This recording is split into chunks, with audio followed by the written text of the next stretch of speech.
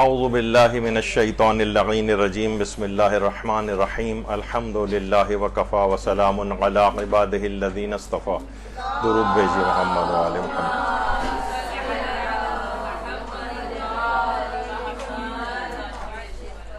عید قربان کی جو مستحب قربانی ہے اس سے متعلق چند غلط فہمیوں کا ازالہ.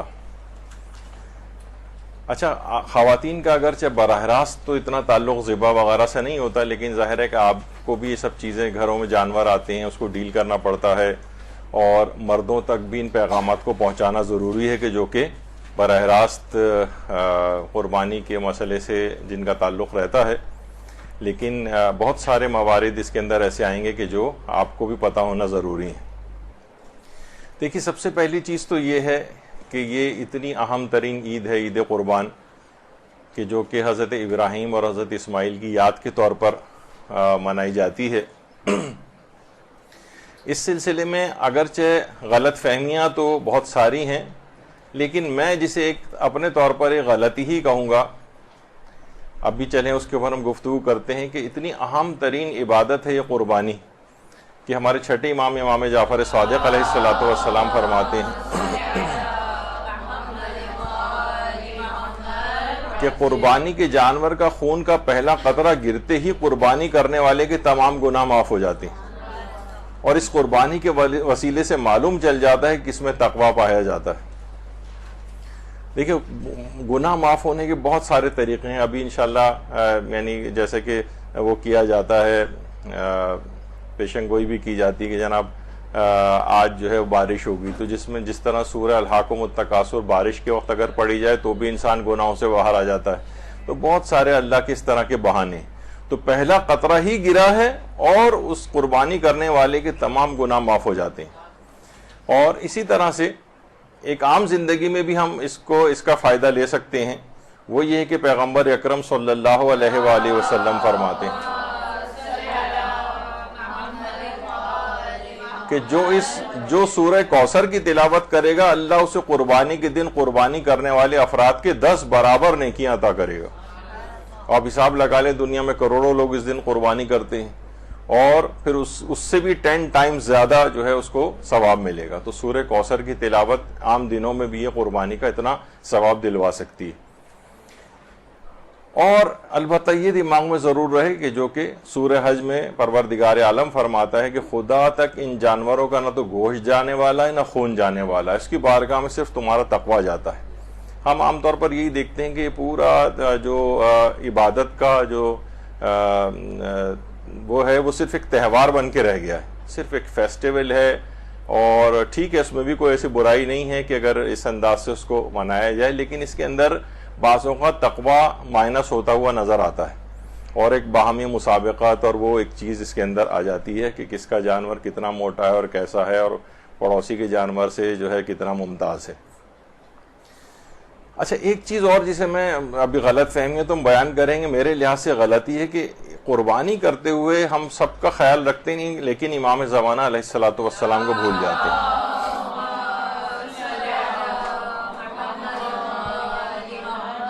جبکہ بہت زیادہ اس بات کی تاکید آئی ہے کہ امام زمانہ علیہ السلام کی غیبت میں ان کے لیے صدقہ کیا جائے، ان کے لیے حج و زیارات انجام دیے جائیں، ان کے لیے قربانی کی جائے، ان کے لیے نیک اعمال روزانہ کی بنیاد پر ان کو ہدیہ کیے جائیں. یہ سب کچھ موجود ہے.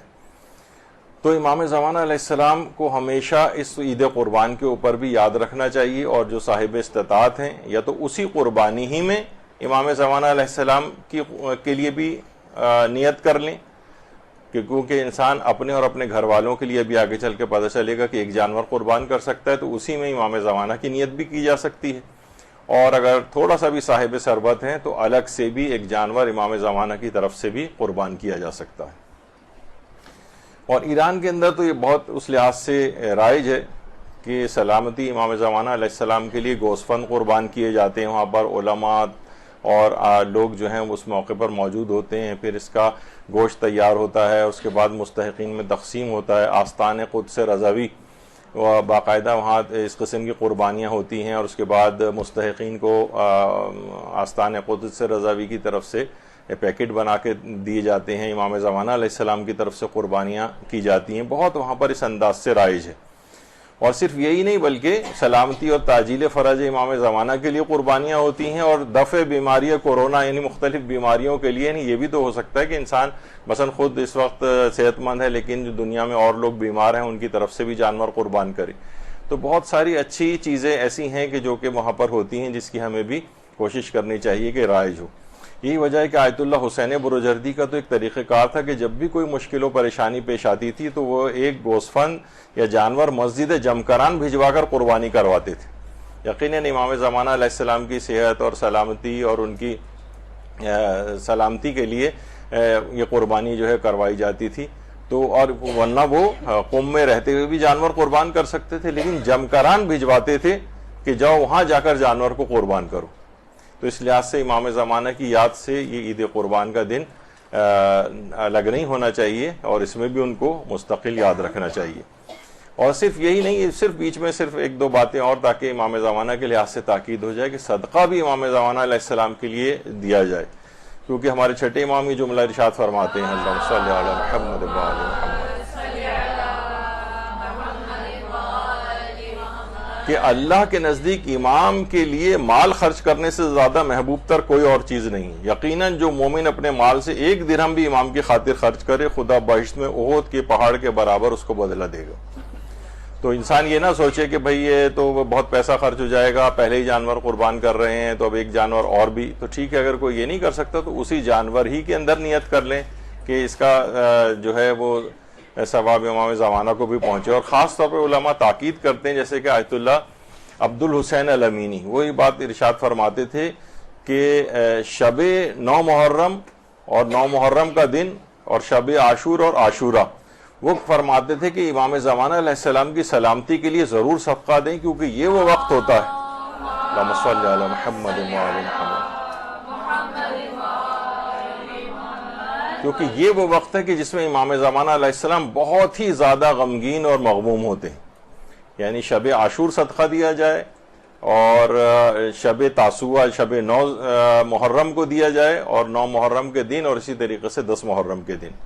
تو اس کی بڑی اس لحاظ سے جو ہے وہ تاکید آئی ہے. علامہ عبد الحسین امینی یہ خاص طور پر اس میں ارشاد فرماتے تھے اس سلسلے میں، تو اس کو بھی ہمیشہ یاد رکھنا چاہیے.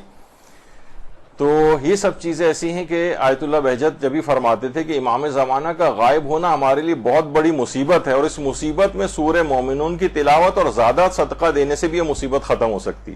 جتنا زیادہ صدقہ دیں گے، امام زمانہ کے لیے صدقہ دیں، تعجیل فرج کے لحاظ سے صدقہ دیں، تو اس لحاظ سے بہت زیادہ تاکید ہے. اور اسی طرح سے آیت اللہ محمد علی جاویدہ یہ بھی فرماتے تھے کہ شب قدر میں امام زمانہ کی سلامتی کے لیے صدقہ دینا 80 سال کے صدقات کا ثواب دلواتا ہے. تو اس رات کو بھی یعنی بہت سارے اس طرح کے ہیں کہ جو مواقع جس میں خاص طور پر امام زمانہ کو یاد رکھنا چاہیے. البتہ کچھ لوگ اپنے طور پر امام زمانہ کا فطرہ بھی نکالتے ہیں، تو یہ جو ہے فطرہ نکالنا صحیح نہیں. فطرہ اپنے صاحب کفالت افراد کا نکالا جاتا ہے. ہم امام زمانہ ہماری کفالت میں نہیں بلکہ ہم ان کی کفالت میں ہیں. تو اس لحاظ سے یہ عمل پسندیدہ نہیں ہے کہ امام زمانہ کے لیے فطرہ نکالا جائے. اچھا، اب ایک چیز اور بھی ہے کہ جو قربانی ایسی ہے کہ اس کا ثواب مرنے کے بعد بھی اتنی اہمیت ہے، قربانی کا قطرہ گرتے ہی مغفرت ہو جاتی ہے. تو کیوں نہ یہ عمل اس کے بعد بھی جاری رہے؟ کیا ہے ہم ایسا کام کر کے جائیں کہ مرنے کے بعد بھی ہمیں قربانی کا ثواب ملتا رہے؟ تو اس میں یہ ہے کہ اگر کسی شخص نے مرنے سے پہلے وصیت کی ہو کہ میرے 1/3 مال سے بقرعید پر قربانی کی جائے میری طرف سے، تو اس صورت میں جس سے بھی یہ وصیت کی جاتی ہے اس پر واجب ہو جاتا ہے کہ وہ مرنے والے کی 1/3 مال سے قربانی کروائے. عام طور پہ ہمارے یہاں یہ رائج نہیں ہے، بس یہی ہوتا ہے کہ پیسہ اس کو اتنا دے دیا جائے، اس کو اتنا دے دیا، اس طرح کی وصیتیں ہیں. لیکن سب سے زیادہ میں اپنے اعتبار سے یہ بات کہتا ہوں کہ سب سے زیادہ انسان کا اپنے مال پر خود اس کے اپنے لیے حق ہے. تو کم سے کم اس میں سے 1/3 مال جو ہے وہ اس طرح کی ثواب جاریہ والے کام بعد میں آنے والے، اس میں ہو سکتا ہے لوگ ورثہ وغیرہ چاہے ان کو لاکھوں کروڑوں روپے بھی کیوں نہ مل رہے ہوں، لیکن ان کی توجہ اس طرف نہیں ہوتی ہے. بہت ہوا تو وہ کچھ صدقہ دیتے ہیں، سالانہ مجلس کروا لیتے ہیں، اس کے بعد آپ کو بھول جاتے ہیں. تو اپنا ایسا انتظام کر کے جانا چاہیے کہ بھائی یہ ہر سال میری طرف سے قربانی کروائی جائے. تو آپ نے بھی سنا کہ ایک قطرہ گرتے ہی جو مغفرت ہو جاتی ہے، تو مرنے والا اگر کسی وجہ سے مغفرت نہ بھی ہوئی ہو تو کم سے کم بعد مرگ قربانی کرنے سے بھی اس کی مغفرت ہوتی رہے گی. تو اور جس کو وصیت کی جائے تو وہ اس قربانی کے لیے اس کے اوپر واجب بھی ہو جاتا ہے کہ پھر ہر سال اس کے لیے قربانی کرائے جتنی کی وہ وصیت کر کے گیا ہے. اور اسی طریقے سے یہ بھی وصیت کر کے جا سکتا ہے کہ میرے اکتہائی مال سے امام زمانہ علیہ السلام کے لیے قربانی کروائی جائے. اللہم صلی علی محمد و علی محمد.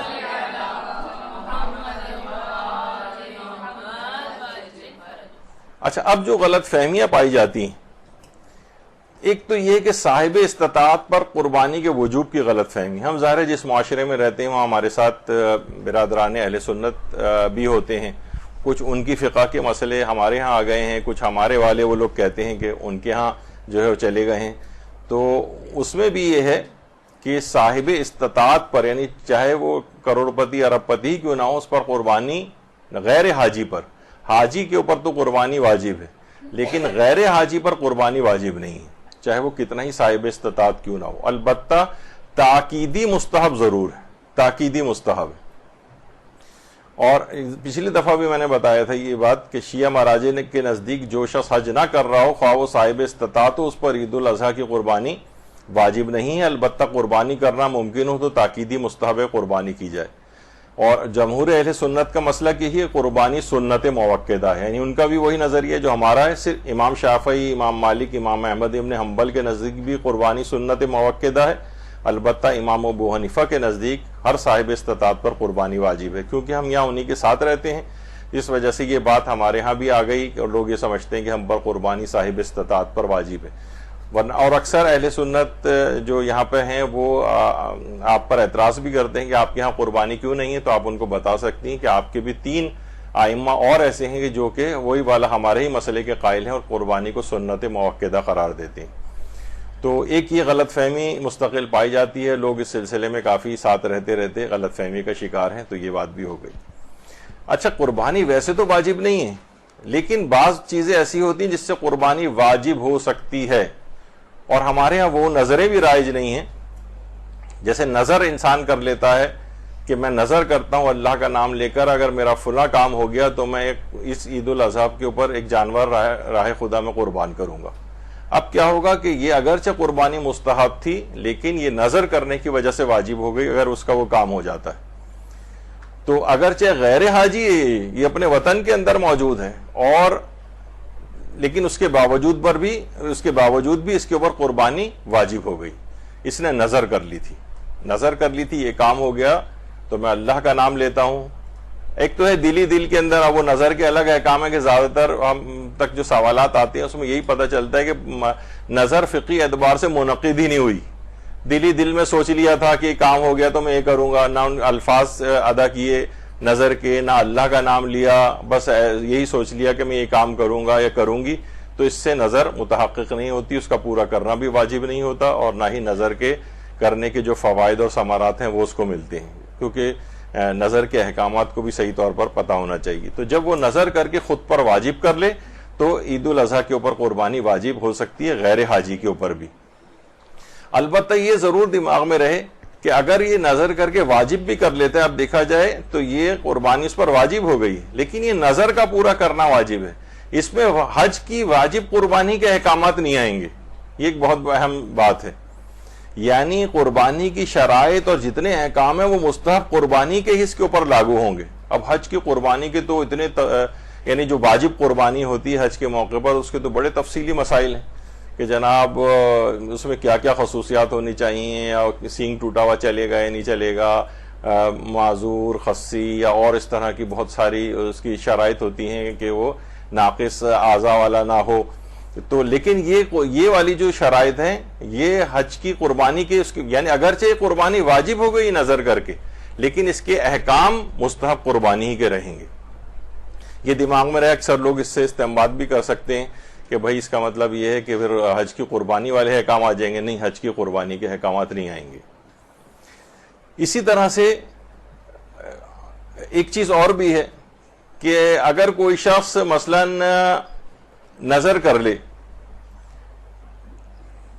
کہ میرا فلاں کام ہو گیا تو میں 2 رکعت نماز مستحب پڑھوں گا یا پڑھوں گی، تو اب یہ اس کا جب وہ کام ہو جاتا ہے تو اس پر وہ 2 رکعت نماز پڑھنی واجب ہو جائے گی لیکن اس کے احکامات واجب نماز والے نہیں ہوں گے، واجب نماز والے نہیں. مثلا مستحب نماز چلتے پھرتے پڑھی جا سکتی ہے، تو یہ والی جو نظر کر کے اس نے واجب کی، یہ نماز بھی چلتے پھرتے ہو سکتی ہے.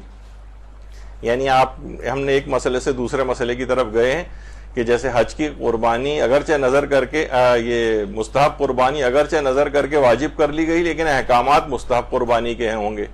اسی طریقے سے نماز جو ہے وہ مستحبی وہ واجب کی ہم نے اپنے اوپر نظر کر کے، لیکن جو احکامات اس کے اوپر ہوں گے وہ مستحب نمازی کے ہوں گے. یعنی اس میں دوسرا سورہ پڑھنا بھی واجب نہیں ہوگا، البتہ کہ کوئی خاص نماز آپ نے مانی ہے، مثلا میں نماز وحشت قبر پڑھوں گی تو ظاہر ہے پھر الحمد کے بعد انا انزلنا پڑھی جائے گی 10 مرتبہ، اور اس کے بعد جو ہے یعنی انا انزلنا اور آیت الکرسی وغیرہ کا جو اس کے اندر مسئلہ آتا ہے. تو نماز وحشت کے لحاظ سے یہ ایک چیز ہوئی. اچھا، یعنی احکامات اس لحاظ سے وہی رہیں گے. اسی طرح سے کوئی شخص یہ بھی منت مان سکتا ہے کہ میں مستحبی نماز میں الحمد کے بعد ایک کوئی دوسرا سورہ پڑھوں گا یا پڑھوں گی، اگرچہ دوسرا سورہ پڑھنا واجب نہیں مستحب نماز میں، لیکن کوئی شخص اس کی بھی نظر کر سکتا ہے.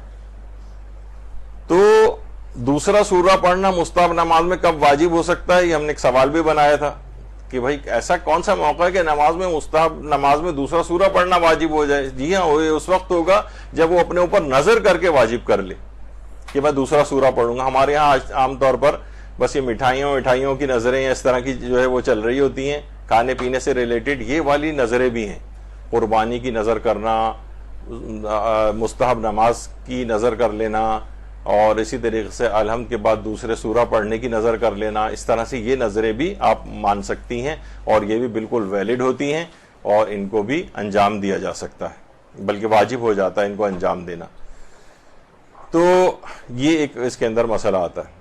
اچھا، پھر دوسری غلط فہمی یا تیسری جو بھی وہ ہے قرض لے کر قربانی کو مستحب سمجھنے کی غلط فہمی. یعنی قربانی کے لیے قرض لینا مستحب ہے، یہ غلط فہمی عموماً پائی جاتی ہے لوگوں میں.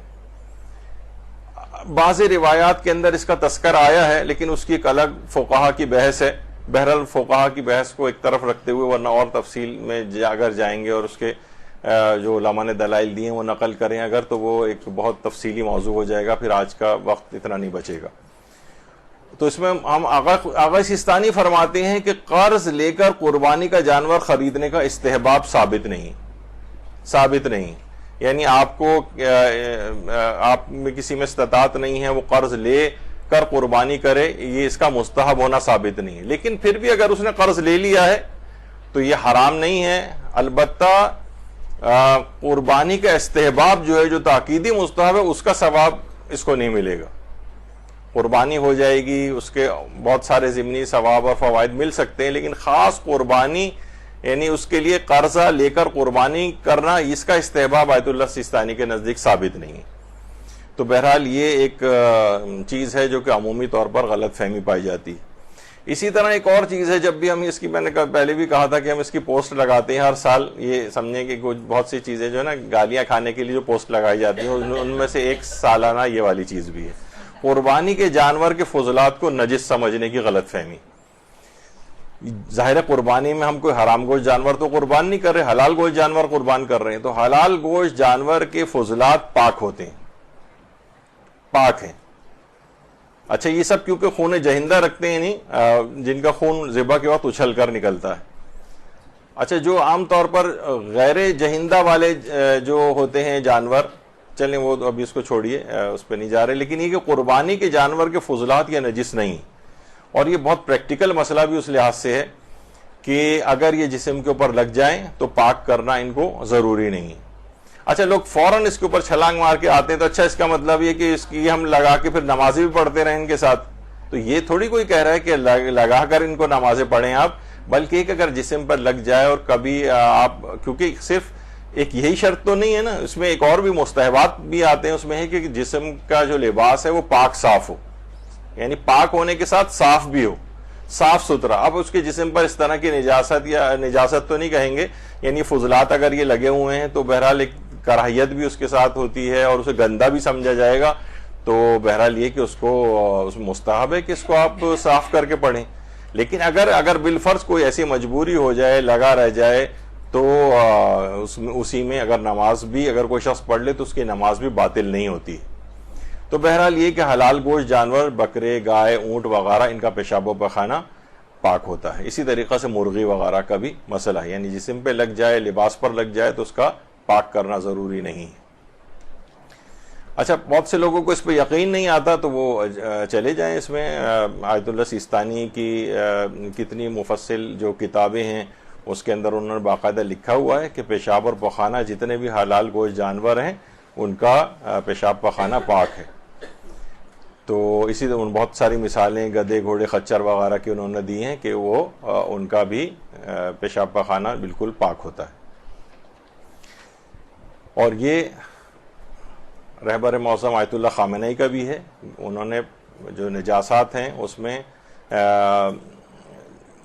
جو پیشاب و پخانے کی نجاست ہے جو نجس ہے اس میں انسان کا اور خون جہندہ رکھنے والے حرام گوشت جانور کا پیشاب و پخانہ نجس قرار دیے, جیسے چوہا بلی سوائے پرندوں کا پیشاب و پخانہ آیت اللہ سیستانی اور آیت اللہ خامنئی دونوں کے نزدیک بالکل پاک ہے. امام خمینی صرف تھے کہ وہ حرام گوشت پرندوں کے پیشاب و پخانے کو نجس سمجھتے تھے. اس لحاظ سے اگر مسجد میں مثلا کوئی کوا یا چیل وغیرہ بیٹ کرتی ہوئی چلی گئی تو ان کے مقلدین پر واجب ہوتا تھا کہ اس کو پاک کریں.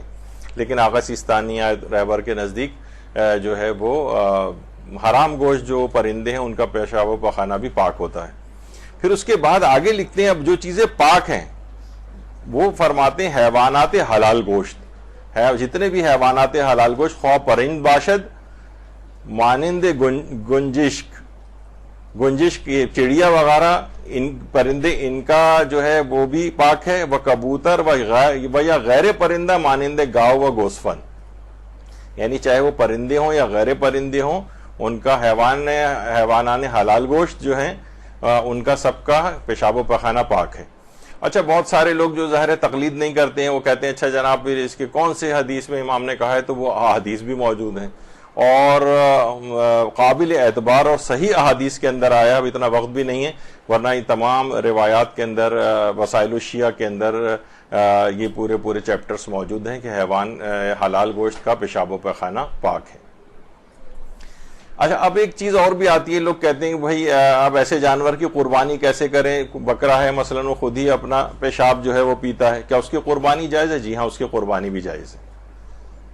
اول تو وہی چیز ہے کہ وہ نجس شمار نہیں ہوتا ہے, لیکن یہ کہ بہرحال اب بکرے کے اوپر تو کوئی فقہی احکامات نہیں ہے کہ توضیح المسائل پہلے بکرا پڑے گا کہ کون سی چیز پی سکتا ہوں کون سی چیز نہیں پی سکتا. تو بہرحال یہ کہ اگر وہ پی بھی رہا ہے بالفرض اگر ایسا تو وہ اس کی قربانی کرنا بالکل جائز ہوتا ہے. لوگ سمجھتے ہیں کہ اب تو اس کی قربانی نہیں ہو سکتی ہے. اسی طرح سے آیت اللہ سیستانی سے بھی یہ والا سوال پوچھا گیا جو جانور خود اپنا پیشاب پی لے کیا اس کی قربانی جائز ہے؟ تو انہوں نے جواب دیا اگر حلال گوشت جانور انسان کے فضلے کے علاوہ دیگر نجاستوں کو کھائے تو اس سے اس کا پیشاب و پخانہ نجس نہیں ہوتا ہے, نہ ہی اس کا گوشت حرام ہوتا ہے. اگرچہ ابھی اس سے متعلق بہت زیادہ تو نہیں ہے لیکن میں پھر بھی ضمن ذکر کر دوں کہ بہت سارے لوگ کہتے ہیں کہ بھائی جو آج کل جو فیڈ آ رہی ہیں مرغیوں کو کھلانے کی یا مچھلیوں کو کھلانے کی, اس میں جو ہے پگ کا میٹ استعمال ہوتا ہے, یعنی سور وغیرہ کا. تو جو ہے اب اسی کی سور کی میٹ کی جو بھی فیڈ بنتی ہے وہی مچھلیاں کھا رہی ہیں, تو اس مچھلی کو کھانا بھی ہمارا جائز نہیں ہوگا. وہ مرغیاں کھا رہی ہیں. ایک صاحب کے متعلق میں نے سنا تھا کہ انہوں نے ساری مرغیاں اس وجہ سے کھانی چھوڑ دی ہیں کیونکہ بہرحال فیڈ کے اندر یہ چیز ملائی جاتی ہے. تو بہرحال آغا سیستانی نے بھی اس کا جواب دیا, اس سے فرق نہیں پڑتا ہے کہ ان کی فیڈ کیا ہے, یعنی وہ حلال گوشت جانور کوئی بھی چیز کھائے اس کو کھائے سوائے اس کے کہ وہ انسانی فضلہ کھانے کا عادی ہو جائے, جو کہ عموماً ایسا بہت زیادہ کہیں دیکھنے میں نہیں آتا ہے مسئلہ. تو اس کے علاوہ وہ دیگر اور نجاستیں کھا بھی رہا ہو تو اس سے اس کا پیشاب و پخانہ نجس نہیں ہوتا, نہ ہی اس کا گوشت کھانا حرام ہوتا. اور حلال گوشت جانور ہے اس کا پیشاب و پخانہ تو ویسے بھی نجس نہیں ہے, اور کوئی جانور اگر ایسا کر رہا ہو تو اس سے اس کی قربانی کے جائز ہونے پر کوئی فرق نہیں پڑتا ہے. تو یہ ایک عام طور پر غلط فہمی ہوتی ہے. اسی طرح سے قربانی کے جائز اور افضل وقت کی شناخت میں غلط فہمی ہوتی ہے. دیکھیے عام طور پر لوگ دو چیزیں ہوتی ہیں. ابھی میں افضل وقت بتاتا ہوں, پھر ایک تو جائز وقت ہے.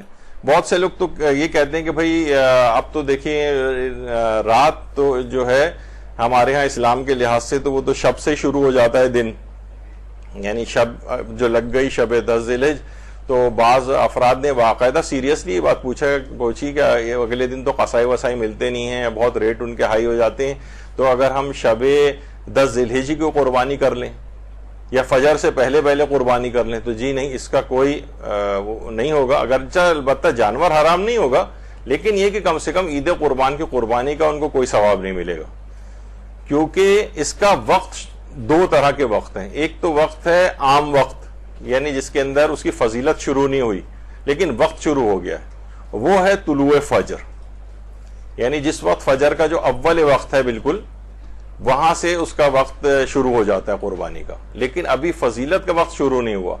فضیلت کا وقت شروع ہوگا سورج نکلنے کے بعد، اور سورج نکلنے کے بعد بھی اتنا وقت گزر جائے کہ جس میں نماز عید پڑھی جاتی ہے 10-15 منٹ، یعنی سورج نکلنے کے 15 منٹ کے بعد اگر قربانی کر لی جائے تو افضل ترین وقت آپ نے پا لیا، نہیں شروع ہو گیا افضل وقت اس کا۔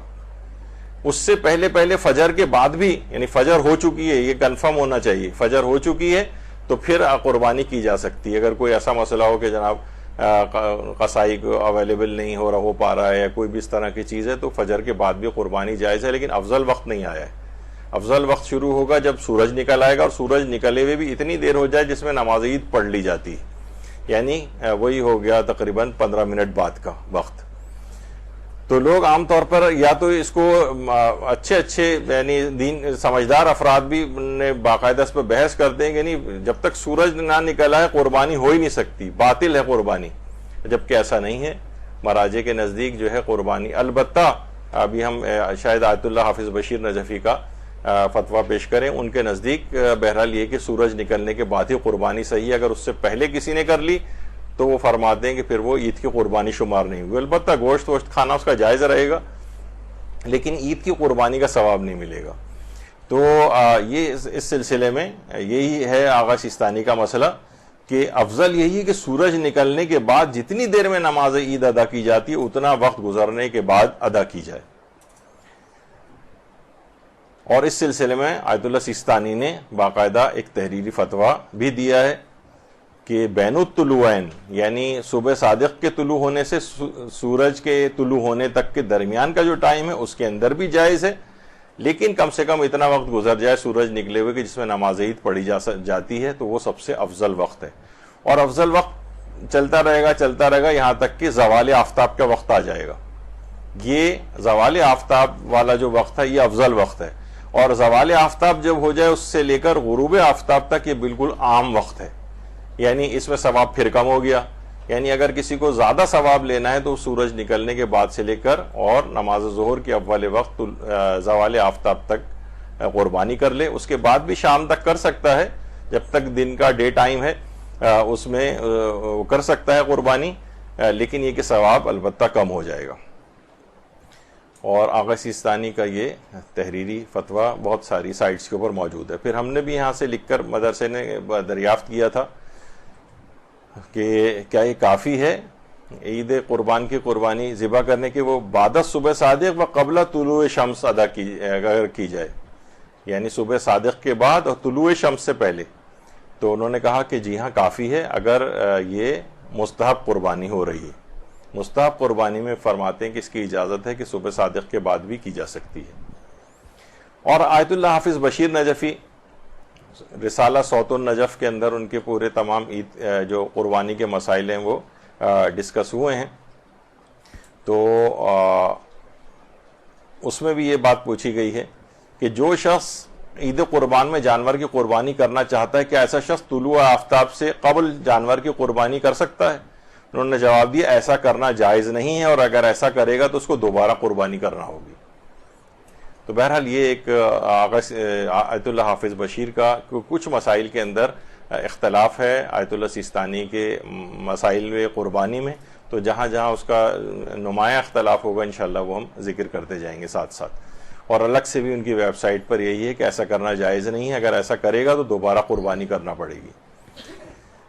اچھا، پھر قربانی کے جانور کے حصوں کے متعلق غلط فہمی ہوتی ہے کہ قربانی کے جانور کے حصے، حصے کتنے کیے جائیں؟ سب سے پہلی بات تو دیکھیے حصے سے مراد ایک تو یہ ہوتا ہے کہ یعنی قربانی میں شراکت کا مسئلہ. آیت اللہ سیستانی کے نزدیک قربانی میں شراکت بھی جائز ہے, رہبر معظم کے نزدیک بھی جائز ہے, یعنی سارے ہی مراجع قربانی میں شراکت کے جائز کہتے ہیں. البتہ آیت اللہ حافظ بشیر کا ایک آدھ بکرے وغیرہ کی قربانی کے اندر ان کا ایک اختلاف ہے, خیر وہ بھی آگے چل کر ہم ذکر کرتے ہیں. اچھا, اب کتنے حصے دار بنائے جا سکتے ہیں؟ کیونکہ وہی ہم نے کہا کہ ہم برادران اہل سنت کے ساتھ رہتے ہیں, ان کے ہاں اس کی تقسیم بہت زیادہ ہے کہ بکرے میں کتنے حصے ہوں گے, تو گائے میں کتنے حصے ہوں گے, تو اونٹ میں کتنے حصے ہوں گے وغیرہ. ہمارے ہاں آیت اللہ سیستانی بھی اور رہبر معظم اور دیگر جو ہمارے علماء ہیں وہ بھی یہ بات کہتے ہیں کہ اس کی کوئی حد مقرر نہیں, جتنا چاہیں حصہ ڈال سکتے ہیں. بعض روایت میں تو امام نے یعنی 70 حصے داروں تک کو جو ہے وہ کہا, یعنی بہرحال یہ کہ کوئی حد مقرر نہیں ہے. عام طور پہ ہوتا ہے نا, لوگ مثلا لوگ سوچتے ہیں اب ہمارے پاس 35,000 40,000 کا بکرا آج کل مثلا مل رہا ہے, اتنے نہیں ہیں, تو کوئی بات نہیں, آپ کسی بھی قربانی میں 5,000 اگر ہیں تو 5,000 کا حصہ ڈال لیں. یعنی ظاہر ہے کہ اتنا ہی حصہ آپ کے پاس آئے گا, لیکن یہ قربانی کے ثواب میں آپ حصے دار بن سکتے ہیں. تو کتنے حصے دار بنائے جا سکتے ہیں؟ تو تمام مراجع کہتے ہیں کہ اس میں کوئی حد مقرر نہیں ہے, 2 3 4 5 10 جتنے بھی ایسے حصے دار ہوں وہ اس کے اندر بنائے جا سکتے ہیں, اور اس میں کوئی فرق نہیں پڑتا. تو یعنی جتنے چاہیں لوگ, اس میں رہبر معظم یہی بات فرماتے ہیں, آیت اللہ سیستانی بھی یہ کہتے ہیں کہ مستحب جو قربانی ہے اس میں شراکت کرنے والے اور حصہ ڈالنے والوں کی کوئی تعداد معین نہیں ہے, جتنے لوگ چاہیں حصہ ڈال سکتے ہیں. البتہ آیت اللہ حافظ بشیر نجفی فرماتے ہیں کہ بکرے اور بکری کی قربانی فقط ایک شخص ہی کر سکتا ہے, جبکہ پھر بہرحال ان اور جانوروں کے متعلق میں حصے ڈالنے کے قائل ہیں وہ, لیکن فرماتے ہیں کم سے کم بکری اور بکری کی قربانی میں حصے داری نہ ہو, وہ کوئی ایک ہی شخص کرے. لیکن یہ کہ آیت اللہ سیستانی اور آیت اللہ خامنہی فرماتے ہیں کہ اس میں بھی کتنے بھی حصے دار ہو جائیں تو اس سے فرق نہیں پڑتا ہے. اچھا, ایک مسئلہ اور بھی آتا ہے, غیر شیعہ مسلمانوں کے ساتھ قربانی میں شراکت کی غلط فہمی. اس میں بھی یہی ہے کہ غیر شیعہ مسلمان جو ہیں برادران اہل سنت, ان کے ساتھ مل کر بھی قربانی کی جا سکتی ہے. وہ اگر مثلا محلے میں قربانی کر رہے ہیں اور وہ لوگ حصہ ڈال رہے ہیں تو آپ بھی ان لوگوں کے ساتھ قربانی میں حصہ ڈال سکتے ہیں, اور اس سے کوئی فرق نہیں پڑتا. یعنی ضروری نہیں ہے کہ شیعہ اثناعشری ہی ہو کہ جس کے ساتھ قربانی مل کے کی جائے, نہیں, اور جو مسلمان ہیں ہمارے بھائی ان کے ساتھ مل کر بھی قربانی کی جا سکتی ہے, فقہاء نے اس کی اجازت دی ہے. البتہ بعض ممکن ہے کہ آیت اللہ حافظ بشیر یا اس طرح کے جو نظریہ رکھنے والے ہمارے مراجع ہیں یا علماء ہیں, وہ یہ بات کہیں کہ نہیں صرف برادران ایمانی کے ساتھ ہی صرف شراکت کی جائے, کیونکہ ابھی آگے چل کر گوشت کی جب تقسیم ہوگی تو اس میں بھی یہ بات بیان کی جائے گی. اچھا, قربانی کے گوشت کی تقسیم کیسے ہو؟ بہتر تو یہ ہے, اچھا پہلی بات تو یہ بتا دی جائے کہ چاہیں تو آپ پورا گوشت اپنے پاس رکھ لیں. لوگ آج کل کہہ رہے ہیں کہ آج کل تو یہ بہت مسئلہ, جب سے لائٹیں بہت جا رہی ہیں لگ رہا ہے سارا گوشت تقسیم ہی کرنا پڑے گا. تو بہرحال یہ تو صورتحال ہے, لیکن یہ کہ بہرحال شریعت نے اجازت دی ہے, چاہے پورا اپنے پاس رکھ لیں, چاہے پورا تقسیم کر دیں, چاہے کسی خاص رشتہ داروں تک دے دیں, یعنی یہ جائز ہے. لیکن بہتر کیا ہے, 1/3 اپنے اور اپنے گھر والوں کے لیے رکھیں, 1/3 عام مسلمانوں کے لیے یا مومنین کے لیے, اور 1/3 مسلمان فقراء کو صدقہ کریں. آیت اللہ سیستانی یعنی آیت اللہ سیستانی فرماتے جو شخص قربانی کرے اس کے لیے جائز ہے کہ وہ قربانی کا 1/3 حصہ اپنے لیے مخصوص کر لے یا اپنے اہل خانہ کو کھلانے کے لیے رکھ لے. اسی طرح 1/3 حصہ مسلمانوں میں سے جس کو چاہے دے دے, اور احوط و افضل یہ ہے کہ باقی تیسرے حصے کو فقراء مسلمین پر صدقہ کرے.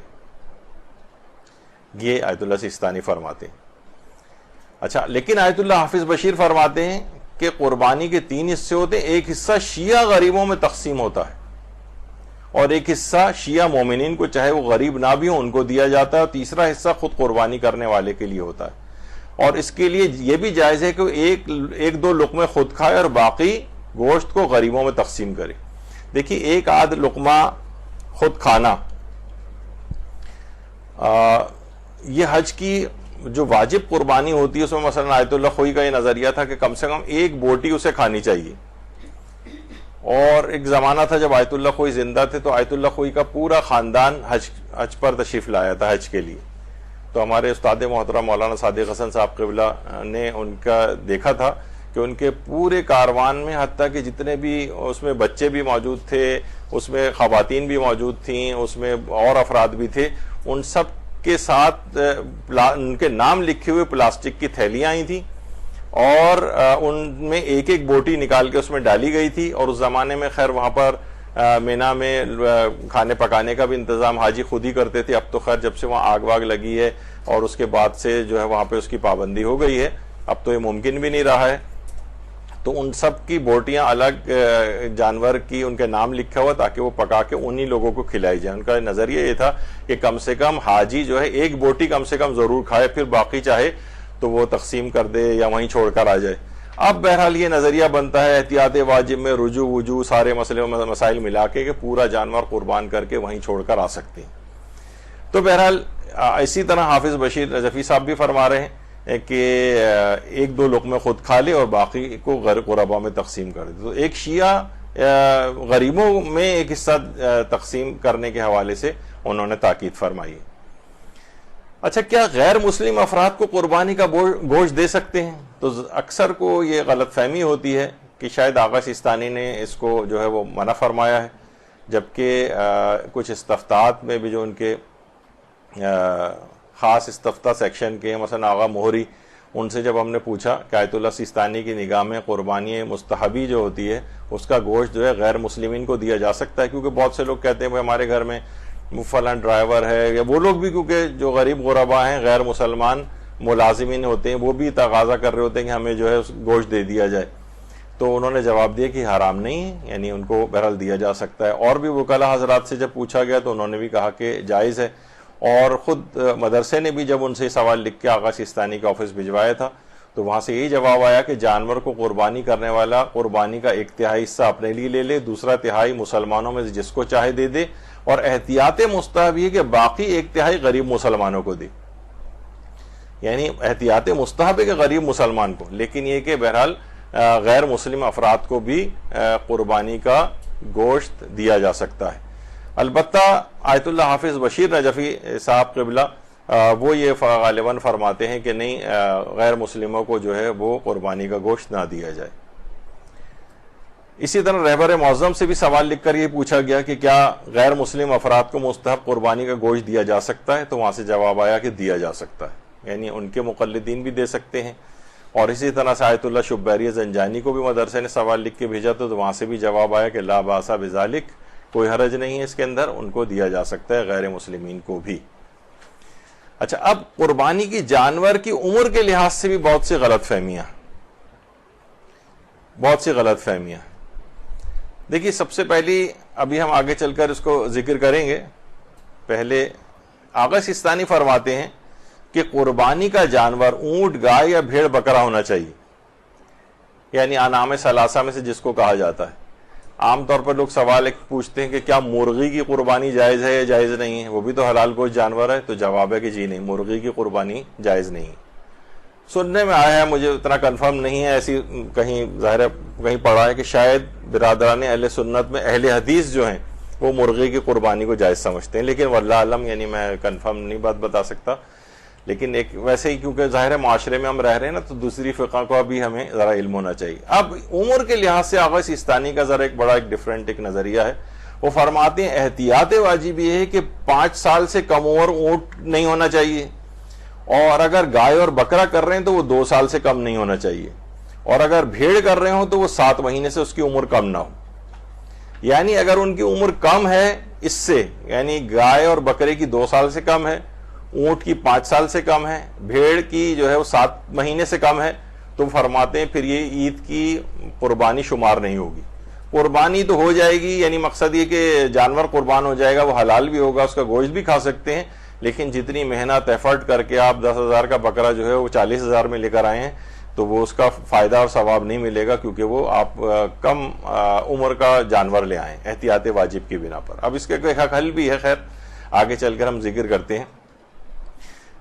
اب مسئلہ یہ ہوتا ہے، لوگ کہتے ہیں کہ بھائی قربانی کے جانور کے دانت وغیرہ عام طور پر دیکھے جا رہے ہوتے ہیں. وہ کہتے ہیں کہ 2 دانت کا مثلاً. اچھا اب دیکھیے 2 دانت کا جو جانور ہے، مثلا ہم چلیں بکرے کی مثال لے لیتے ہیں، کیونکہ بہت چھوٹا بھی اگر جانور ہے اس کا منہ کھول کے دیکھیں گے جو اس میں بھی ظاہر ہے وہ دودھ والے دانت ہوتے ہیں جو ٹوٹتے ہیں اور پھر پرماننٹ دانت نکلتے ہیں. تو چھوٹا بچہ بھی ہے تو اس کے بھی 8 دانت منہ میں ہوتے ہیں کم سے کم دودھ والے، تو وہ معیار نہیں ہے. اچھا قربانی کے جانور کے دانت معیار نہیں. ہو سکتا ہے کہ وہ عام طور پہ لوگ کہتے ہیں اس کا دانت کھول کے دیکھتے ہیں دانت زیادہ نظر آ رہے ہیں تو اس کو بڈھا بکرا یا سمجھ کے جو ہے چھوڑ دیتے ہیں لوگ. حالانکہ عمر کم نہ ہو زیادہ جتنی بھی ہو جائے اس سے فرق نہیں پڑتا ہے. اچھا دانتوں سے میں نے وہی کہا کہ یہ والی چیز کہاں سے لوگ عام طور پہ کہتے ہیں 2 دانت کا بکرا ہونا چاہیے. عام طور پر 1 سال کی عمر کے پہنچنے تک اس کے 2 دانت آ چکے ہوتے ہیں. اور اس کا اور آغا سیستانی فرماتے ہیں کہ 2 سال سے کم عمر نہیں ہونا چاہیے. تو آپ 2 دانت کا اگر لے کر آ گئے تو وہ تو احتیاط واجب کے خلاف ہے. وہ تو ابھی اس کا مطلب ہے 1 سال کا ہے، یعنی ایک رف اندازہ لگایا جاتا ہے. ویسے دانت معیار نہیں ہے لیکن عام طور پر جو عمر کا اندازہ لگایا جاتا ہے. اور جس وقت اس کے 4 دانت نکل آتے ہیں یعنی دونوں سائڈز پہ یعنی 2 پیئرز، تو وہ 4 دانت جب ہوتے ہیں اس وقت وہ عمر کے لحاظ سے 2 سال کا ہوتا ہے. 2 سال کا. تو بہرحال یہ عام طور پر یہ ہوتا ہے کہ اگر وہ 4 دانت نکل آئے ہیں تو وہ 2 سال کا ہے، 6 دانت نکل آئے ہیں تو 3 سال کا ہے، 8 دانت نکل آئے ہیں تو وہ 4 سال کی عمر کا جانور عموماً سمجھا جاتا ہے. یعنی لوگ جو اس کی پرورش کرتے ہیں وہ بتاتے ہیں کہ اتنا یعنی سائنسی لحاظ سے یہ دانتوں کا. البتہ دانت کم زیادہ بھی اور زیادہ تیزی سے بھی نکل سکتے ہیں کسی کے. بعض اوقات 2 دانت گرتے ہی ہیں اس کے کہ 4 دانت مزید بہت ہی جلد نکل آتے ہیں اس کے. تو اصلاً جو قربانی کے دانت جو ہیں وہ جانور کے وہ معیار نہیں ہیں، ایک رف اندازہ ضرور لگایا جا سکتا ہے. تو بہرحال احتیاط واجب کی بنا پر گائے اور بکرے کی عمر 2 سال سے کم نہ ہو، اور اونٹ کی 5 سال سے کم نہ ہو، اور بھیڑ کی 7 مہینے سے کم نہیں ہونی چاہیے. کم اگر ہو رہی ہے تو پھر جو ہے آغا سیستانی کے نزدیک وہ جانور عید کی قربانی کے لیے کافی نہیں ہوگا. اچھا اب احتیاط واجب ہے. تو اب یہی والا سوال لکھ کر آیت اللہ وحید خراسانی سے پوچھا گیا تو انہوں نے کہا کہ یہ مستحب قربانی کے اندر یہ والی شرائط نہیں ہے. یعنی عمر کی جو یہ شرط کہ 2 سال بکرے اور گائے کی اور 5 سال جو ہے وہ اونٹ کی اور 7 مہینے بھیڑ کی، تو عید کی مستحب قربانی میں یہ شرطیں نہیں. یعنی اب آیت اللہ سیستانی کے جو مقلدین ہیں اگر وہ آیت اللہ وحید خراسانی کی طرف رجوع کر لیں تو وہ 2 سال سے کم عمر کا بھی اگر ان کو کوئی بکرا وغیرہ مل رہا ہے تو ان کی طرف رجوع کر کے وہ قربانی کو ٹھیک کر سکتے ہیں. یعنی یہ جو شرط ہے کہ 5 سال 2 سال اور 7 مہینے، اس مسئلے میں آیت اللہ وحید خراسانی بقرعید کی مستحب قربانی میں یہ شرط واجب نہیں سمجھتے ہیں، اور ان کی طرف رجوع کر کے جو ہے یہ ایک سہولت مل سکتی ہے. اچھا رہبر معظم بھی یہی بات فرماتے ہیں کہ کہہ رہے ہیں بطور کلی قربانی مستحب میں یہ شرائط خاص جو ہیں وہ ضروری نہیں ہے ان کا خیال رکھنا، یعنی عمر وغیرہ کے اعتبار سے. اور یہ جب لکھ کے بھی سوال پوچھا گیا تو یہ وہاں سے یعنی یہی والا جواب آیا کہ بطور کلی قربانی مستحب میں شرائط خاص کی رعایت کرنا یہ واجب نہیں ہے. یعنی ان کے مقلدین تو ویسے ہی اس کی نسبت یعنی بالکل بھی ایسا نہ ہو کہ بھی بالکل یعنی کم سے کم اسے کہا جائے کہ ہاں یہ بکرا ہے. یعنی یہ نہ کہیں کہ تو بالکل ہی بچہ پیدائشی 2 دن کا مثلا اٹھا کے لے آئیں، یہ والا نہیں ہونا چاہیے. لوگ کہیں ہاں بکرا ہے، اگرچہ چھوٹا ہے لیکن بکرا ہے. اس کو اس جانور کا بہرحال عرف کے اندر اطلاق ہو کہ اس کو یہ بات اس کو وہی کنسیڈر کیا جا رہا ہے. تو اس لحاظ سے آیت اللہ وحید خراسانی بھی اس کے قائل ہیں اور رہبر معظم بھی ہیں، اور آغا سیستانی والے بھی آیت اللہ وحید خراسانی کی طرف رجوع کر کے اس سے فائدہ اٹھا سکتے ہیں. بھیڑ کے مسئلے میں کہ کیسے پہچانے، تو بھیڑ والا مسئلہ بھی تقریباً ایسا ہی ہے کہ وہ بھی اگر چھوٹی بھیڑ ہے اور دودھ کے دانت اس کے ابھی نہیں ٹوٹے تو وہ 8 دانت اس کے منہ میں اس لحاظ سے نظر آئیں گے. لیکن عام طور پر جو بھیڑ ہوتی ہیں اور وہ جو 7 مہینے سے کم ہے، یہ اس وقت 7 مہینے کی مثلاً بھیڑ ہے سامنے، وہ خود دیکھنے سے بھی بہت چھوٹی محسوس ہو رہی ہوتی ہے، تو اس کی عام طور پر اتنی قربانی رائج بھی نہیں ہے، اور پھر بھی اگر اس سے نسبتاً چھوٹی بھی ہے تو وہی احتیاط واجب میں رجوع کر کے یہاں پر بھی اجازت مل جائے گی کہ اسے قربان کیا جا سکتا ہے۔ اچھا، اب ایک اور چیز ہوتی ہے قربانی اور عقیقے سے متعلق ایک غلط فہمی، قربانی اور عقیقہ۔ اچھا، اب دیکھیے اس میں یہ ہوتا ہے کہ جس کی طرف سے قربانی ہو، عقیقہ اس قربانی کے ساتھ جمع ہو سکتا ہے، کسی اور کا نہیں ہو سکتا۔ مثلا باپ اگر اپنی طرف سے قربانی کر رہا ہے اور اس کا اپنا عقیقہ نہیں ہوا، تو جیسی یہ قربانی کرے گا اس کا خود بخود ہی عقیقہ بھی ہو جائے گا، اس کا خود بخود عقیقہ ہو جائے گا۔ یعنی اگر جس کی طرف سے بھی قربانی، اور باپ کہے کہ یہ قربانی کا جو جانور لایا ہوں میں اس بچے کی طرف سے میں اس کو قربان کر رہا ہوں، اب جیسی عید کی قربانی ہوگی اس بچے کا خود بخود عقیقہ بھی ہو جائے گا، خود بخود عقیقہ اس کا شمار ہو جائے گا۔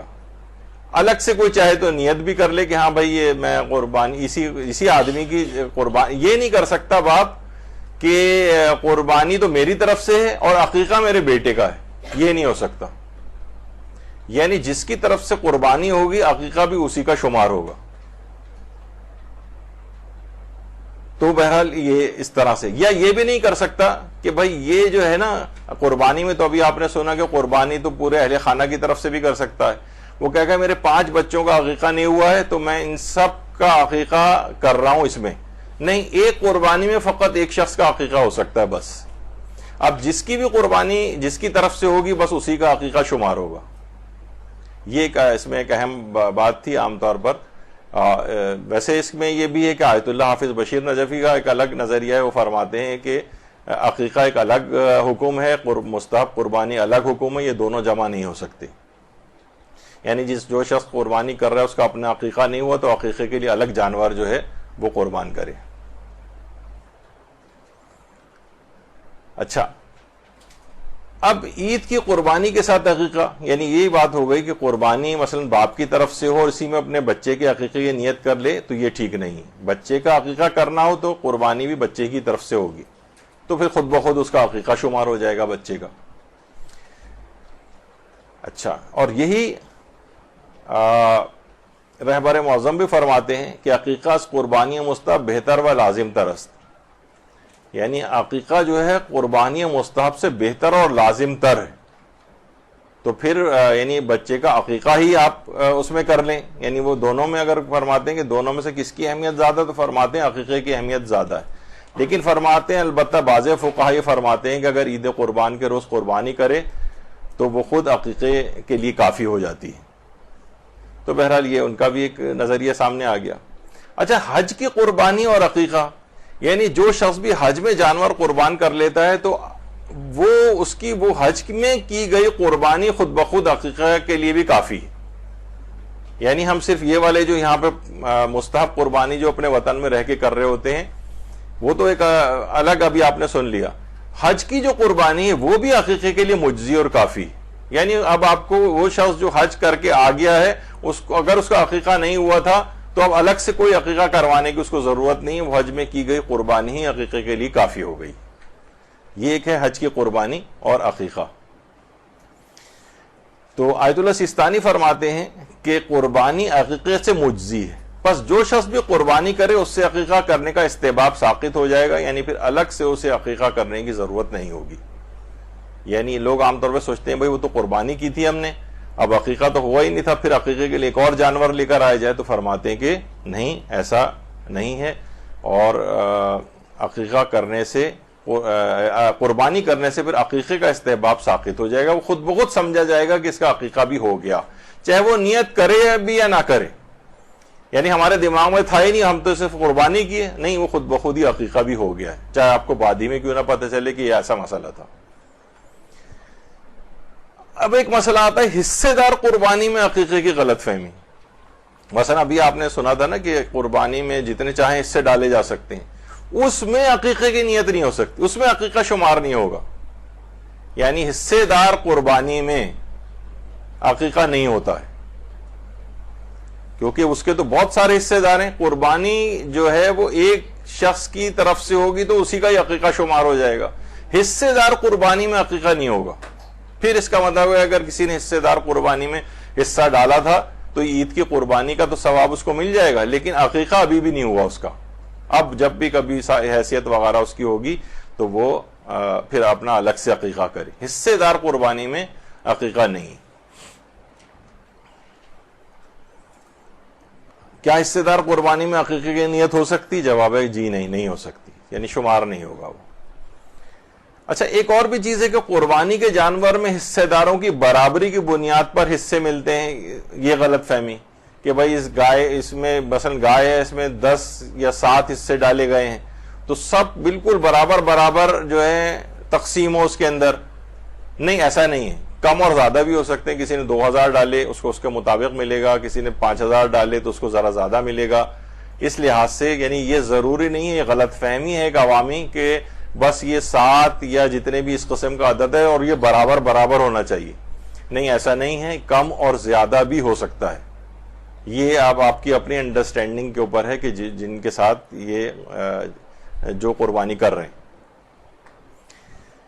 اچھا, کیا یعنی جو کہا جاتا ہے بکرا قسطوں پر, تو یہ کیا قربانی کا جانور قسطوں پر لے کر اس کی قربانی ہو سکتی ہے؟ جواب ہے کہ جی ہاں, یہ بھی جائز ہے.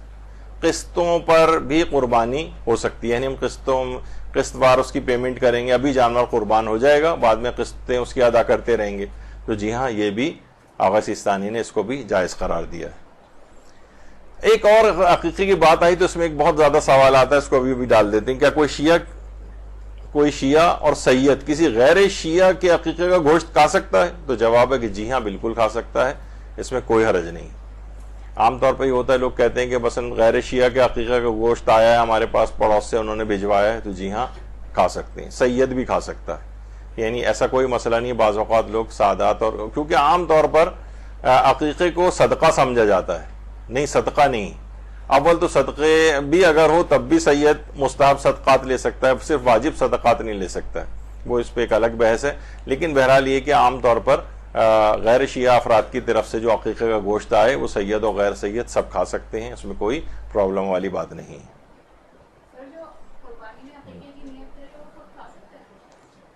ہاں, اچھا, یہ بھی بہت اچھا سوال ایک آ گیا ہے, تو وہ میں اس میں بتا دوں کہ اگر کیونکہ اصلاً وہ ہو رہی ہے قربانی اور اس میں خود بخود عقیقہ شامل ہو رہا ہے, یعنی خود بخود عقیقہ ہو رہا ہے, تو کیونکہ قربانی کا گوشت سب کھا سکتے ہیں تو عقیقہ اور قربانی جب یہ اس طرح سے ہو رہے ہیں تو اس میں احکامات جو ہیں قربانی کے چلیں گے, عقیقے کے نہیں چلیں گے. جیسے ابھی آپ نے سنا تھا نا کہ واجب اگر ہو جائے قربانی تب بھی احکام مستحب قربانی کے رہتے ہیں. تو اگر قربانی کے ساتھ عقیقے کی نیت بھی کسی نے کی ہوئی ہے اس کا بھی عقیقہ ساتھ, تو اصل میں عقیقہ اس کے لحاظ سے مجزی اور تابع ایک لحاظ سے شمار ہو رہا ہے. تو اصل جو احکام ہوتے ہیں وہ مستحب قربانی کے رہیں گے, یعنی اگر کسی شخص کا اسی میں عقیقہ بھی ہو رہا تھا وہ اسی قربانی کے احکام رہیں گے, یعنی اپنا عقیقے کا یعنی اپنی قربانی کا گوشت وہ خود کھا سکتا ہے. یا اگر بچے کی طرف سے قربانی کی ہے اور اسی کا عقیقہ ہو رہا ہے تو اس کے قربانی کا گوشت اگرچہ والدین کے لیے مکروہ ہوتا ہے کھانا, یا اگر کوئی فرماتے احتیاط واجب ہے کہ ماں نہ کھائے, تو یہ احکامات وہاں پر نہیں چلیں گے, اور وہاں پر وہ سب کے سب افراد یعنی کسی کی کوئی ایکسیپشن نہیں ہوگی اور سب کے سب افراد اس گوشت کو کھا سکتے ہیں. تو اس لحاظ سے یہ والی چیز بھی آ گئی کہ اگر قربانی کے ساتھ عقیقہ جمع ہو رہا ہے یا تو ظاہر ہے کہ خود بخود وہ عقیقے کے لیے بھی کافی ہو رہی ہے قربانی, لیکن احکام قربانی کے رہیں گے, عقیقے کے نہیں ہوں گے. اگر کسی نے قربانی کا دماغ میں نہیں سوچا ہے, بس کہا کہ میں عقیقہ ہی کر رہا ہوں, یہ چاہے وہ عید قربان کے روز ہو, تو پھر وہ عقیقے کے احکام اس کے اوپر آ جائیں گے. پھر وہ ہے کہ والدین مکروہ ہے نہ کھائیں, وہ بھی گوشت کی حد تک ہے, لیکن گوشت سالن میں پکا ہے تو سالن میں روٹی وغیرہ لگا کے کھا سکتے ہیں. بریانی پک گئی ہے تو مثلا اس کے صرف چاول کھا سکتے ہیں, وہ بھی کراہیت کی حد تک ہے, یعنی حرام نہیں ہے, صرف کراہیت ہے. تو بہرحال یہ ہے کہ اب کم سے کم بقرعید کی قربانی میں اگر یہ دونوں چیزیں جمع ہو رہی ہیں تو احکام قربانی کے رہیں گے, عقیقے کے نہیں آئیں گے. پھر ایک اور چیز ہے قربانی کرنے کے بجائے اس کی رقم صدقہ کرنے کی غلط فہمی کہ بھئی قربانی میں ہم جو ہے وہ کیوں نہ یہ رقم صدقہ کر دیں. لوگ آج کل کووڈ کے بعد کا دور بڑا ویسا آ گیا ہے, انہیں گوشت نہیں چاہیے, گوشت بھی غریب لے کے جائے گا تو بجلی نہیں ہے, وہ کہاں فریج وغیرہ میں کہاں رکھے گا, تو ہم اس کے پیسے دے دیں اس کی جگہ. تو اس سلسلے میں علماء فرماتے ہیں کہ نہیں, یہ جائز نہیں ہے کہ ہم اس کی قیمت دیں. آغا سیستانی بھی فرماتے ہیں کہ قیمت دینے سے یہ جو چیز ادا نہیں ہوگی. یعنی عید الاضحیٰ کی مستحب قربانی میں فرماتے ہیں اگر قربانی کرنے کے بجائے اس کی قیمت کسی مستحق کو دے دی جائے تو قربانی کے حکم کی بجا آوری کے لیے کافی نہیں ہے. البتہ ظاہر ہے غریب کی مدد کا ثواب مل جائے گا, لیکن عید الاضحیٰ کی قربانی کا نہیں ملے گا. یعنی عام طور پر لوگ یہ اس کو سمجھتے ہیں کہ یہ شاید بس یہ کہ رقم دے دی جائے, تو اس کی ایک الگ مصلحتیں ہیں اسلام کے اندر. کچھ ہی عرصے پہلے جب وہ قلت ہو گئی تھی آٹے وغیرہ کی, تو لوگ اس وقت سمجھ میں آتا تھا کہ اسلام نے کہا ہے کہ روزے کو جو کفارے کے اندر جنس ہی دی جائے گی, نوٹ نہیں دے سکتے. تو لوگ عام طور پہ ہوتے ہیں آخری زمانے میں ایسے قحط پڑیں گے, یہ لوگ پیسے لے کے بازاروں میں پھریں گے لیکن جو ہے ان کو اناج وغیرہ نہیں ملے گا. یعنی پیسے تو ہوں گے ان کے پاس لیکن وہ اناج غائب ہو جائے گا. تو لوگ اس طرح سے تاکہ جمع کر کے نہ بیٹھیں, تو اسلام نے رکھا ہے کہ نہیں, اس میں جنسی اجناس ہی دی جائیں, رقم وغیرہ کو نہ دیا جائے. تو اسی طرح عید الاضحیٰ کی جو مستحب قربانی ہے اس میں جانور ہی قربان کر کے ان کا گوشت تقسیم ہونا چاہیے. یہ کافی نہیں ہوگا کہ ہم اس کے پیسے کسی غریب کو دیں. غریب پھر وہ صدقے وطقے کا ثواب مل جائے گا لیکن عید الاضحیٰ کی قربانی کا ثواب نہیں ملے گا. اچھا, ایک صورت میں ہے کہ جب اس رقم کو صدقہ کیا جا سکتا ہے. آیت اللہ سیستانی فرماتے ہیں قربانی کرنا ہر اس شخص کے لیے مستحب تاکیدی ہے جس کے لیے قربانی کرنا ممکن ہو, اور وہ شخص جو قربانی کرنے کی قدرت تو رکھتا ہے مگر اس کو قربانی کا جانور ہی نہیں مل رہا ہے, اس کے لیے مستحب ہے کہ اس کی قیمت ضرورت مند کو صدقے میں دے دے. اور چونکہ بازار میں جانوروں کی قیمتیں مختلف ہوتی ہیں تو کم سے کم قیمت ادا کرنے سے بھی وہ مستحب ادا ہو جائے گا. یعنی اگر جانور مل ہی نہ رہے ہوں, بعض اوقات ہو سکتا ہے کسی ایسے علاقے میں انسان ہو یا ایسے حالات ہو جائیں, بعض اوقات بیماریاں جانوروں کی پھیل جاتی ہیں, لوگ احتیاط کرنے لگے کہ بھئی اب یہ لمپی کا اور ڈیزیز کون سی وہ آ گئی ہیں آج کل, تو لوگ اس لحاظ سے یعنی اگر کوئی ایسا معاملہ ہو جائے کہ جانور نہ مل رہا ہو, اس صورت میں اس کی جو بھی قیمت ہے وہ کسی مستحق کو صدقہ کی جا سکتی ہے. اور اگر کم اور زیادہ کا مسئلہ ہو تو کم سے کم والی جو قیمت ہے اس کو دینے سے بھی یہ ادا ہو جائے گا. پھر ایک مسئلہ آتا ہے پالتو جانور کی قربانی کو مستحب سمجھنے کی غلط فہمی. لوگ پہلے کئی لا کر اپنے پاس رکھتے ہیں کہ بھئی جس سے واقعتاً انسان کو محبت ہو جائے اس کو قربان کرنے کا زیادہ ثواب ہے, جبکہ یہ بات پسندیدہ نہیں سمجھی گئی. احادیث کے اندر بھی آئمہ نے اس کو پسندیدہ عمل نہیں سمجھایا گیا ہے کہ انسان گھر میں لا کر پہلے اس کو پالے, اس سے محبت قائم کرے اور پھر اس کے بعد اس کو قربان کرے. ہمارے ہاں الٹا مسئلہ ہے اس لحاظ سے, بلکہ یہ ہے کہ پالتو جانور کی قربانی کرنا مکروہ ہے, مکروہ. تو پالتو جانور کی قربانی کرنا آیت اللہ سیستانی کے نزدیک گھر کے ہر فرد یا کسی قصائی کے لیے گھر میں پلا ہوا جانور قربان کرنا مکروہ نہیں ہے. صرف ایک یہ الگ حکم ہے, صرف اس شخص کے لیے اپنے ہاتھ سے ذبح کرنا مکروہ ہے جس نے جانور کو خود پالا ہو.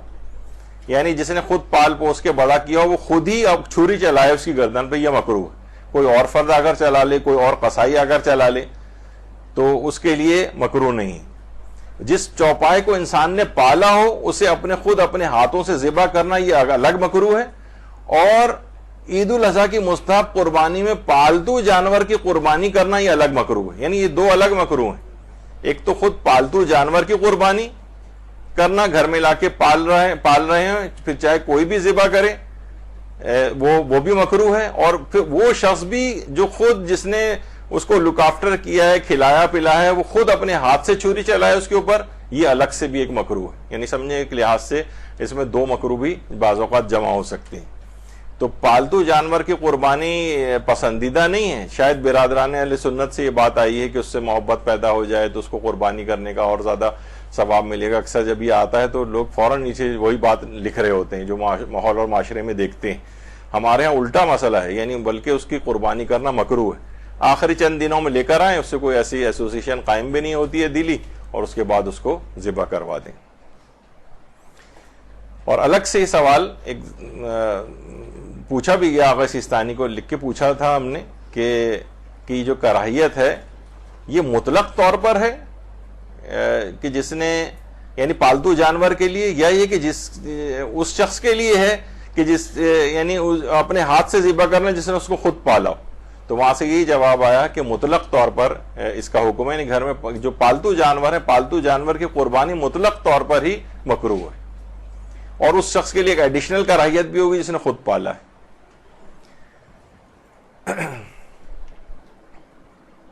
اچھا ہاں، البتہ آیت اللہ حافظ بشیر نجفی فرماتے ہیں، ان سے سوال پوچھا گیا سب سے آخر میں، کیا آپ نے گھر پر پالے ہوئے جانور کی قربانی کرنا مکروہ ہے؟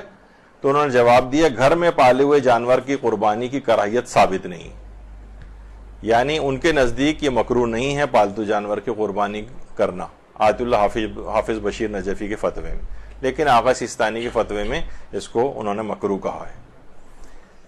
پھر ایک اور بھی چیز ہے کہ قربانی کرنے والے کے لیے نماز عید پڑھنا کیا ضروری ہے؟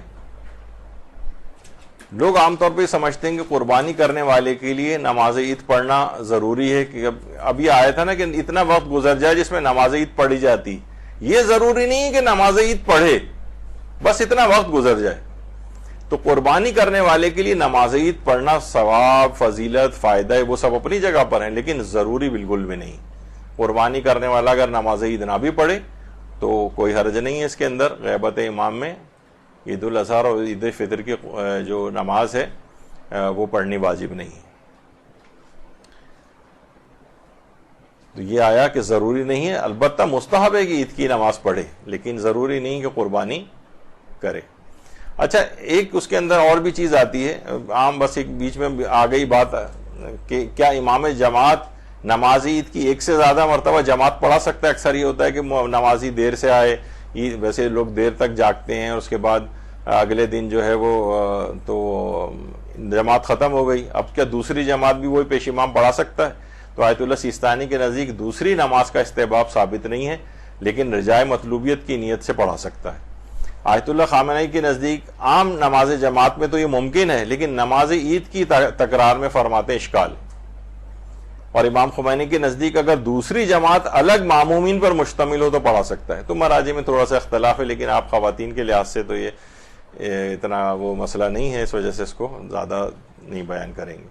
ایک اور بہت بڑی غلط فہمی وہ ہے عیب دار جانور کو قربان کرنے کو ناجائز سمجھنے کی غلط فہمی۔ اس کی بھی جب ہم لگاتے ہیں تو ہمیں ایڈیشنل گالیاں جو ہیں وہ تو ابھی پچھلی دفعہ تو آپ نے سنا وہ اس کے نجاست یعنی ان کے فضلات کے متعلق ملتی ہیں، اس کی ایڈیشنل ملتی ہیں ہمیں، بونس احتیاط مستحب کے طور پر لوگ جو ہے یہ الگ سے بھی کہتے ہیں۔ تو وہ کہتے ہیں یہ کہاں سے آپ لوگ چیز لے کر آئے ہیں؟ بھائی وہ جو کہ پورا جانور کے تمام اعضاء صحیح و سالم ہو، جو قربانی وہ حج کی قربانی کے احکام میں، وہ جو آپ حدیثیں بھی پڑھتے ہیں تو وہ یہ بقرہ عید میں غیر حاجی کے لیے، یعنی جو شخص حج نہیں کر رہا ہے، بے عیب جانور کی قربانی افضل تو ہے، لیکن جانور عیب دار بھی ہو تب بھی یہ قربانی جائز ہے۔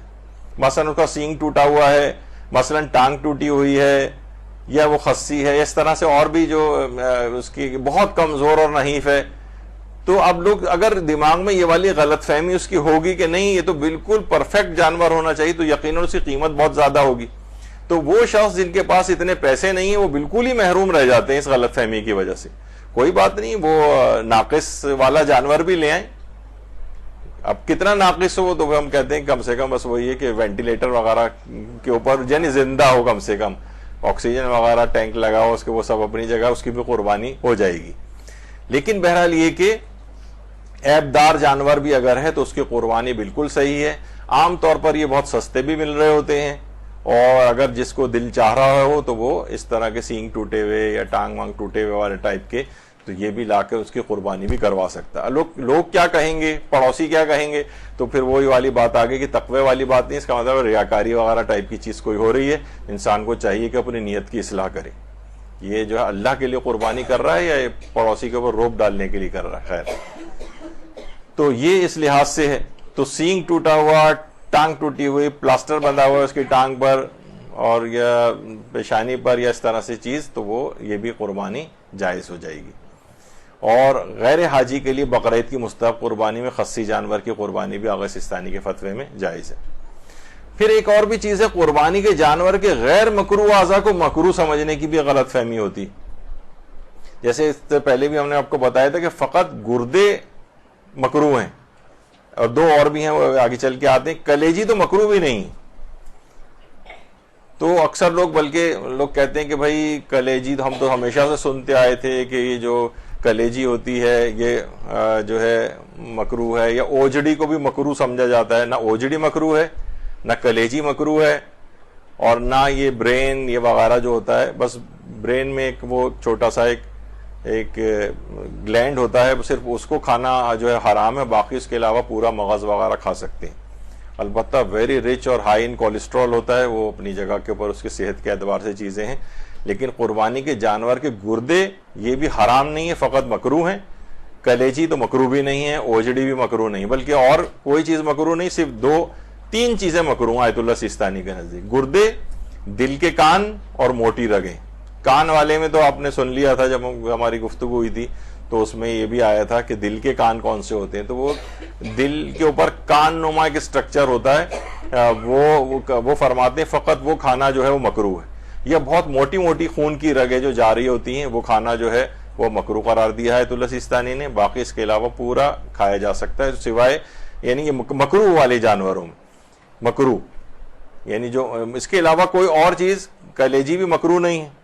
بلکہ لوگ یہ بھی کہتے ہیں کہ بھئی کلیجی کے لیے ضروری ہے کہ اس پہ کوئی نیاز ویاز دلوائی جائے. بہت سی جگہوں کے اوپر یہ ایسا بھی کوئی مسئلہ نہیں ہے کہ اس کے اوپر نیاز دلوانا الگ سے ضروری ہو. کلیجی ویسے بھی کھائی جا سکتی ہے. بلکہ روایت میں آیا ہے کہ ایک دفعہ امام حسن علیہ السلام نے، اللہم صلی علی محمد وعلی محمد،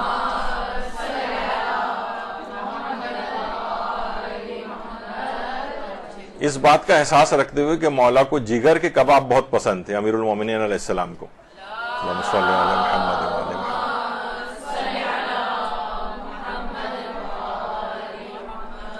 جب وہ پک کر آئے تو مولا نے کہا کہ 1 سال سے میری خواہش تھی کہ میں یہ کباب کھاؤں، لیکن اس خواہش کو زبان پر نہیں لایا. اور پھر جب وہ لا کر رکھے گئے اور اسی وقت ایک سائل آیا تو وہ 1 سال بعد بھی وہ اس خواہش کے پورا ہونے کے بعد بھی مولا نے اسی وقت سائل کو اٹھا کر دے دیے سارے.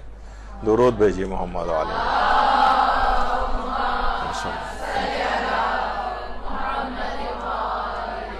تو اگر جگر یا کلیجی کھانا مکروہ ہوتا تو امام اس کی مکروہ چیز کو کھانے کی خواہش نہ رکھتے اس لحاظ سے. جی قربانی کے گوشت کی بھی مکروہ نہیں ہے. ہاں فاتحہ چاہیں تو دے لیں، ضروری نہیں ہے فاتحہ دینی بھی گوشت وغیرہ پہ. اور کچھ چیزیں ایسی ہیں جنہیں کھانا حرام ہے، تو وہ بھی انسان کو دیکھیں کہ وہ تمام اس کی بھی تقریباً 14 ایسی چیزیں ہیں، اس کی پوری لسٹ ہے کہ وہ عام طور پر یہاں جو بہت سارے ملتے ہیں کٹا کٹ ٹائپ کی چیزوں میں بہت سی حرام چیزیں شامل ہوتی ہیں. تو وہ اس میں انسان کو تحقیق کر لینی چاہیے کہ اس طرح کی کوئی چیز تو ملی ہوئی نہیں ہے اس کے اندر، تو وہ پھر نہیں کھا سکتا، وہ حرام ہو جائے گا کھانا. کیونکہ 14 ایسی چیزیں ہیں کہ جو حلال گوشت جانور کی بھی کھانی حرام ہوتی ہیں. اچھا، قربانی کے جانور کے ذبح کے سلسلے میں چند غلطیاں اور غلط فہمیاں. دیکھیے، ایک تو چیز یہ ہے کہ احادیث کے اندر بھی یہ بات آئی ہے کہ لوہے کی چھری سے جانور کو ذبح کیا جائے. لوہے کی چھری ہو، یہ تو لوہے کی چھری پہ تو سبھی علماء قائل ہیں کہ چھری لوہے کی ہو، البتہ زنگ ونگ لگی ہوئی نہ ہو، یعنی لوہے کی چھری ہونی چاہیے. لیکن اسٹین لیس اسٹیل کی جو چھری ہوتی ہے، آقا سیستانی فرماتے ہیں احتیاط واجب ہے کہ اسٹین لیس اسٹیل کی چھری سے ذبح کرنا جائز نہیں. اور اس یہ مسئلہ بڑا سخت بھی ہے ان کا. آیت اللہ سیستانی کے نزدیک چھری لوہے کی ہونی چاہیے، احتیاط واجب ہے کہ اسٹین لیس اسٹیل کی نہ ہو. البتہ آیت اللہ خوئی، آیت اللہ سعید الحکیم، آیت اللہ شبیری زنجانی، آیت اللہ خامنئی کے نزدیک اسٹیل کی چھری سے بھی ذبح کیا جا سکتا ہے. تو آیت اللہ سیستانی کے مقلدین اگر لوہے کی چھری ان کے پاس نہیں ہے، یا اگر ہو بھی تب بھی اگر وہ ان مراجع میں سے مثلا آیت اللہ شبیری زنجانی کی طرف رجوع کر لیں، سعید الحکیم تو انتقال کر گئے ہیں، آیت اللہ خوئی کا بہت پہلے انتقال ہو چکا ہے، تو بہرحال وہ ان کی طرف رجوع کر کے بھی ہو جائے گا. اور رہبر معظم کے مقلدین تو ویسے ہی ان کے نزدیک جو ہے وہ جائز ہے اسٹیل کی چھری سے ذبح، چاہے لوہے کی چھری موجود ہی کیوں نہ ہو. بہت سے لوگ کہتے ہیں بھائی ایک ہی تو چیز ہے دونوں. نہیں، الگ سے روایت اس سلسلے میں آئی ہے کہ امام نے فرمایا ہے کہ صرف اور صرف لوہے کی اس سے ہونی چاہیے، یعنی جو اب یہاں پر ایک علماء کے اندر ایک بحث آتی ہے کہ اسٹین لیس اسٹیل بھی لوہے کی طرح کی ایک چیز ہے یا اس سے ایک الگ چیز ہے. تو یہ موضوع کا اختلاف ہے, یہ حکم کا یا حدیث اس لحاظ سے اختلاف نہیں ہے کہ امام کے کسی قول کی جو ہے مخالفت ہو رہی ہے. موضوع کے اندر اختلاف ہو جاتا ہے کہ کیا یہ بھی لوہے کی طرح سے ہی ہے یا یہ کہ لوہے سے الگ ہے. آغا سیستانی فرماتے نہیں, لوہے سے الگ ہے اسٹین لیس اسٹیل, اس وجہ سے احتیاط واجب لگائی. وہ کہتے ہیں یہ ایک ہی چیز شمار ہوتی ہیں, تو اس لحاظ سے وہ اس کو جو ہے وہ جائز کہتے ہیں. وہ کہتے ہیں لوہے کے حکم میں اسی جیسی ایک چیز ہے. تو احتیاط واجب میں رجوع کر کے, لیکن اگر یہ رجوع نہیں کیا تو آیت اللہ سیستانی فرماتے ہیں احتیاط واجب کی بنا پر ذبیحہ ہی حرام ہو جائے گا, حرام ہو جائے گا اگر یعنی اس احتیاط واجب میں رجوع کیے بغیر کوئی شخص. البتہ یہ ہے کہ وہ یعنی اس کو یعنی علم ہو اس بات کا اور جان بوجھ کے وہ کہے نہیں میں تو اس بات کی پرواہ نہیں کرتا ہوں اور ایک ہی تو چیز ہے اور کر کے اس سے ذبح کر دے. آیت اللہ سیستانی کا مقلد ہے تو احتیاط واجب ہے کہ وہ ذبیحہ ہی حرام ہو جائے گا اور نجس ہو جائے گا, اس کا کھانا جائز نہیں ہوگا. تو اس لحاظ سے یہ احتیاط واجب میں رجوع والا مسئلہ یہ پتہ ہونا چاہیے. آیت اللہ سیستانی سے سوال پوچھا کہ اس بات کے مد نظر کہ لوہے کے چاقو آج کل اچھا کام نہیں کرتے اور ان میں جلدی زنگ بھی لگ جاتا ہے اور وہ کند بھی جلدی ہو جاتے ہیں, کیا فولاد کے چاقو جیسے اسٹیل سے ذبح کرنا جائز ہے؟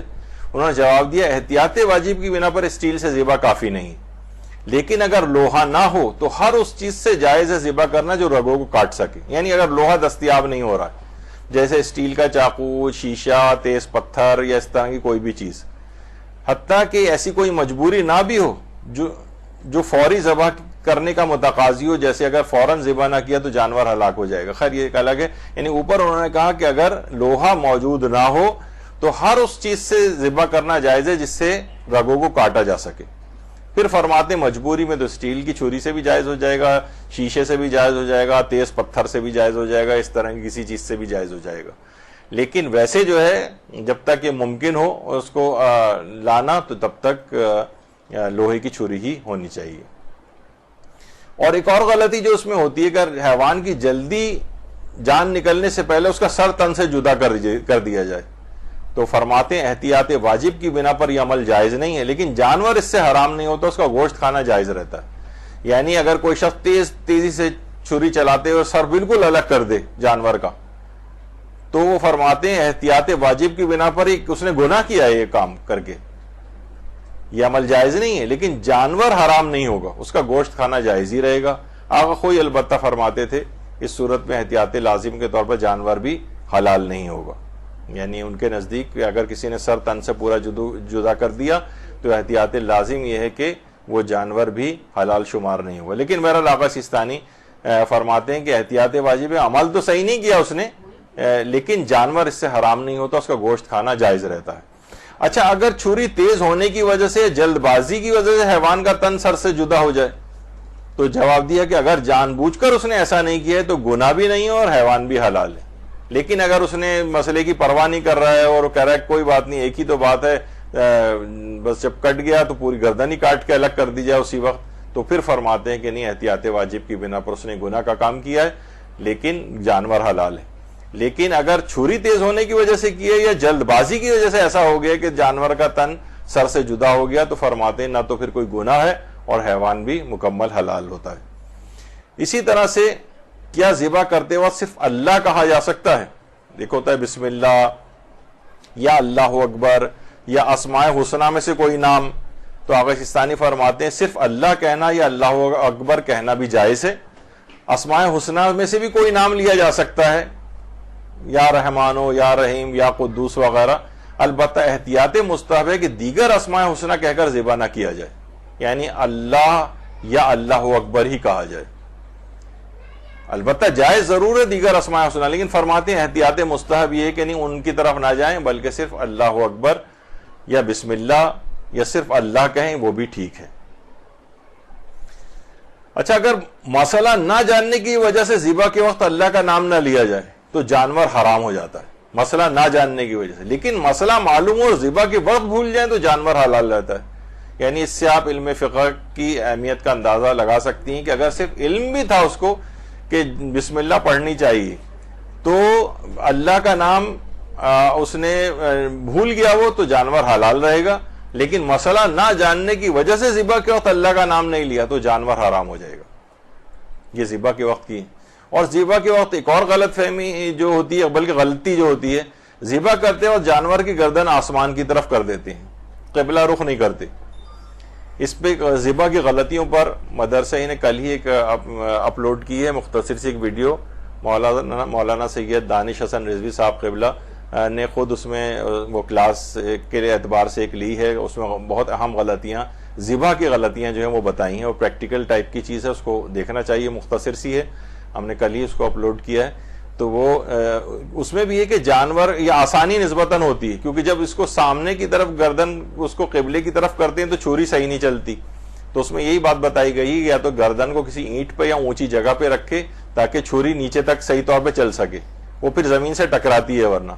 تو لوگ اپنی آسانی کے لیے قصائی حضرات اسی گردن موڑ کے آسمان کی طرف کر دیتے ہیں تاکہ آسانی. تو اس میں یہ ہے کہ وہ قبلہ رخ ہونا چاہیے, یعنی یہ جو منہر کہلاتا ہے, جو مقام ذبح جو ہے اس کو وہ جو ہے وہ قبلہ رخ ہونا چاہیے, وہ قبلہ رخ ہونا چاہیے, اور وہ آسمان کی طرف نہیں ہونا چاہیے.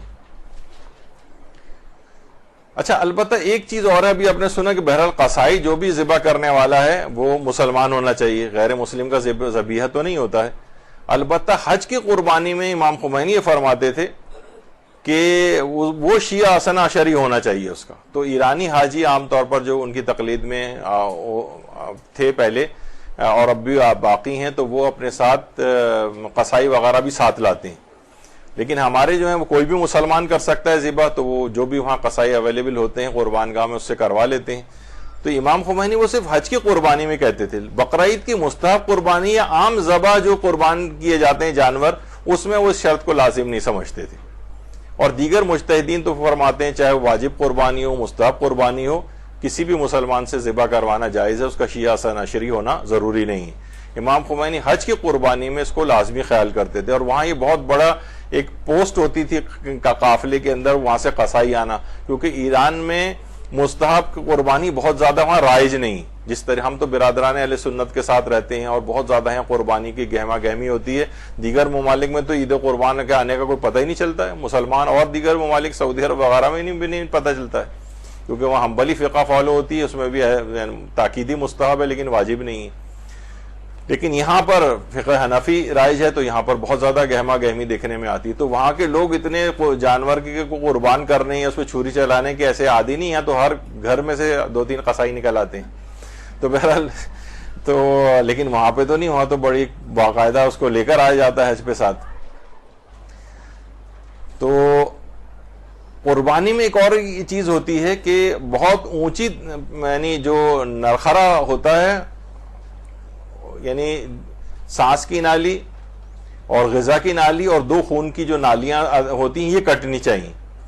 اگر بہت اوپر سے لوگ گوشت بچانے کے لیے اس طرح سے قربان کرتے ہیں کہ نالیاں پوری وہ چاروں رگیں نہیں کٹ پاتی ہیں, تو پھر وہ جائز نہیں ہوگی قربانی. تو اس میں وہ ہم نے جو ویڈیو ہے اس میں بھی یہ بات بتائی گئی ہے, تو وہ بھی دیکھنی چاہیے.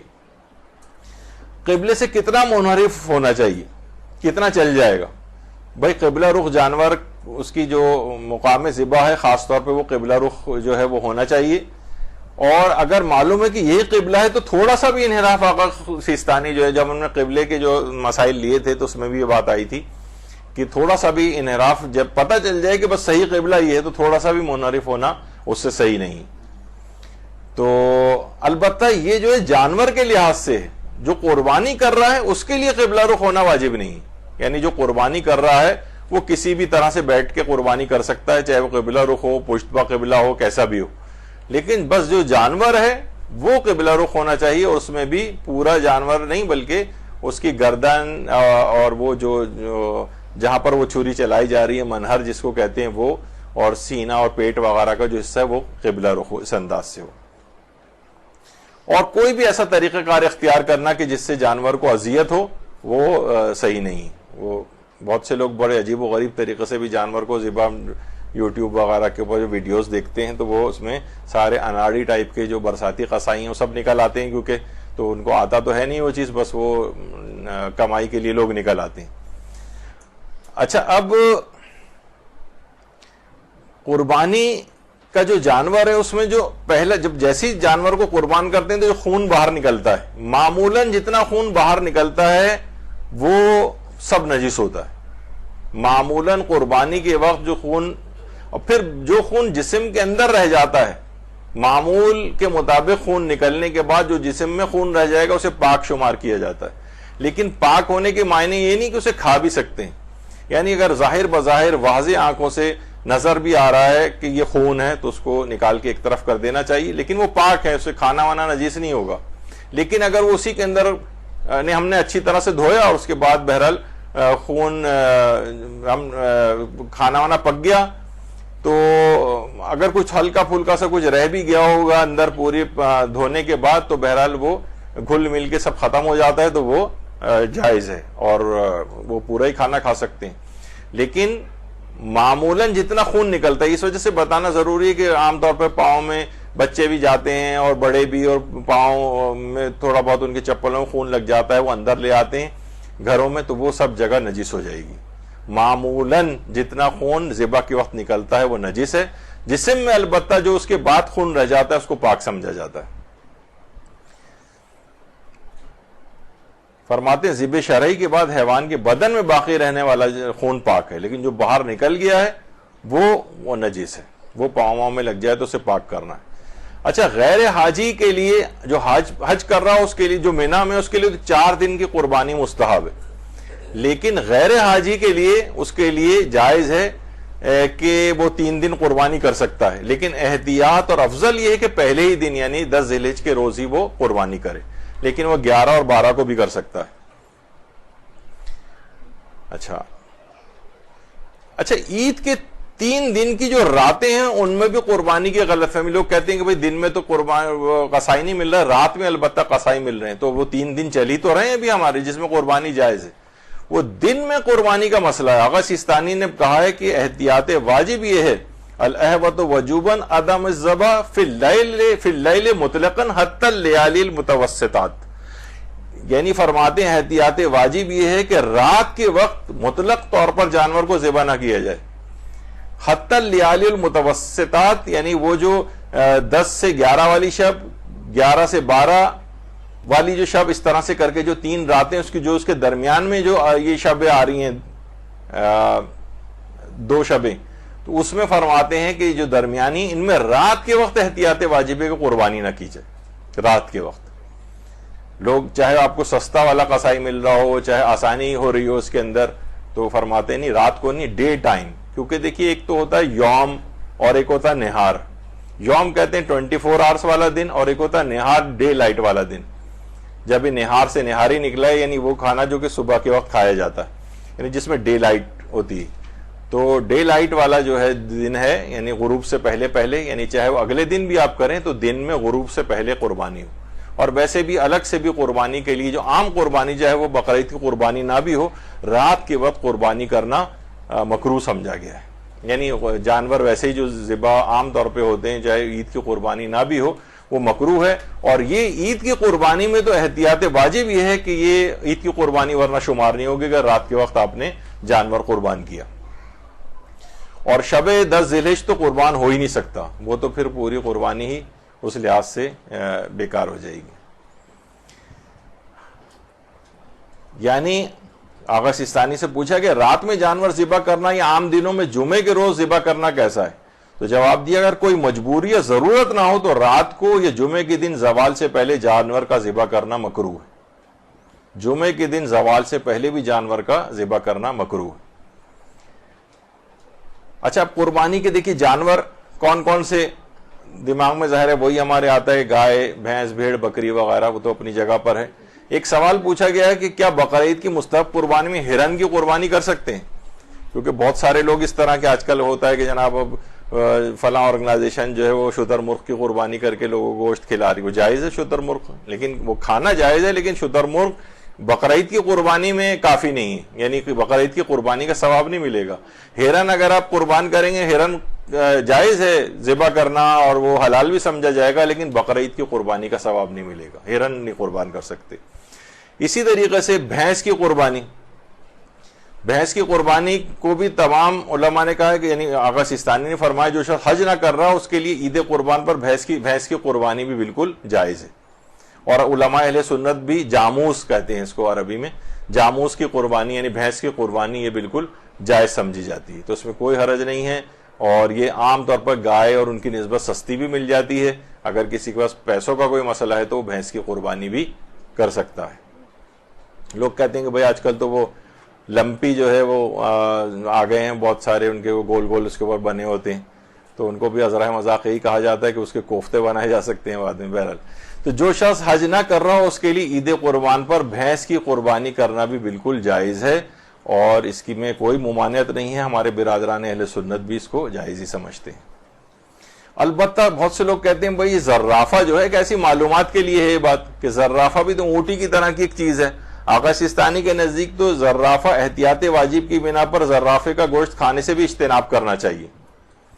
البتہ آیت اللہ خامنئی کے نزدیک اس کا گوشت کھانا جو ہے وہ جائز ہے, لیکن جو ہے وہ فرماتے ہیں عید کی قربانی کے لیے پھر بھی یہ کافی نہیں ہوگا. اگرچہ یہ دیکھنے میں اونٹ کی طرح ہے لیکن اس کو نہر نہیں کیا جا سکتا بلکہ ذبائی کیا جاتا ہے. ہم کہیں گے کہ بھئی یہ تو زرافہ اونٹی کی طرح سے تو نہر کیا جائے, نہیں. اگر جو وہ حلال بھی سمجھتے ہیں وہ کہتے ہیں اس کو چھری سے ذبح کیا جائے گا, اور جو حلال بھی سمجھتے ہیں اس کو تب بھی وہ کہتے ہیں عید کی قربانی کے لیے کافی نہیں کہ ہم اونٹ کی جگہ پہ زرافہ ذبح کریں. خیر یہ ایک بات الگ ہو گئی. اچھا, قربانی کے جانور کی کھال کے سلسلے میں بھی چند غلط فہمیاں اب جلدی جلدی سے مکمل کر دیں کہ اس سے متعلق غلط فہمی عام طور پر یہ ہے کہ قصائی کی اجرت کو کھال دے کر ادا کرنے کی غلط فہمی. ہم نے کہا کہ ہم تمہیں پیسے نہیں دیں گے, تم کھال لے جانا, وہ بھی راضی ہو جاتا ہے. یہ مکروہ ہے, مکروہ ہے.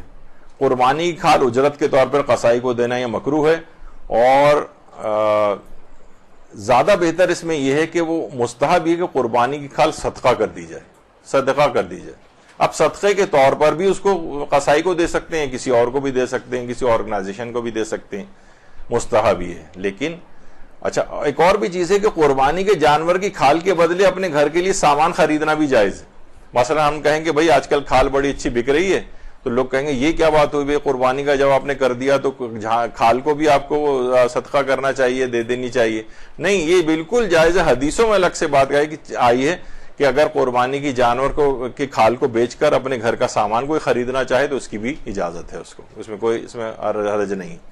حتیٰ کہ روایت میں یہ تک ہے کہ اس کو پاک واک کر کے اور اس پہ رنگ کر کے قربانی کے جانور کی کھال سے اس سے جانماز بھی بنائی جا سکتی ہے. یہ روایات کے اندر آیا ہے, بالکل یہ بھی صحیح ہے. اچھا, اب جو جس مستحق کو دیا جا رہا ہے, اب لوگ مستحق ظاہر ہے بہت زیادہ ادھر ادھر سے گوشت لے لیتے ہیں, بہت زیادہ جمع ہو گیا, تو کیا ضروری سے خود کھائے اسے فروخت بھی کر سکتا ہے؟ تو جواب ہے کہ یہ ضروری نہیں ہے. چاہے وہ اس کو لوگوں نے کھانے کے لیے دیا ہو کہ بھئی یہ لے جاؤ تم کھاؤ, لیکن اس کے لیے ضروری نہیں کہ اس کو کھائے, وہ جائے تو اس کو فروخت بھی کر سکتا ہے. یہ بھی اجازت ہے اس کی. اور اپنے اور اپنے اہل خانہ کی طرف سے ایک ہی جانور بھی قربان کیا جا سکتا ہے. لیکن اگر کوئی اور بھی قربان کرنا چاہ رہا ہے ثواب لینے کے اعتبار سے, تو یعنی یہ نہیں ہوگا کہ بیوی بھی قربان کرنا چاہ رہی ہے لیکن شوہر مثلا قربانی کر ہی رہا ہے اپنے گھر میں, تو نہیں, اس بیوی کے لیے الگ سے استحباب باقی رہے گا. یعنی وہ چاہے تو الگ سے اپنی قربانی کر سکتی, اس میں کوئی ایسی بات نہیں. اور عورت اگر کماتی بھی اور صاحب حیثیت ہے تب بھی یعنی مرد پر قربانی کرنا, مرد کی طرح اس پر قربانی کرنا فرض نہیں. یعنی مرد کو تو ویسے بھی فرض نہیں ہے, لیکن عام طور پر یہ دیکھا جاتا ہے کہ گھروں میں مرد حضرات جو ہیں وہ قربانی کرتے ہیں, تو عورت صاحب حیثیت ہے تو وہ بھی قربانی کر سکتی, یعنی وہ بھی اپنی طرف سے جانور قربان کر سکتی ہے, اس میں کوئی ممانعت والی بات نہیں. اور جب اہل خانہ کی طرف سے کر سکتا ہے کوئی شخص, تو ہم نے ابھی ذکر کیا تھا کہ امام زمانہ علیہ السلام کی طرف سے بھی کر سکتا ہے.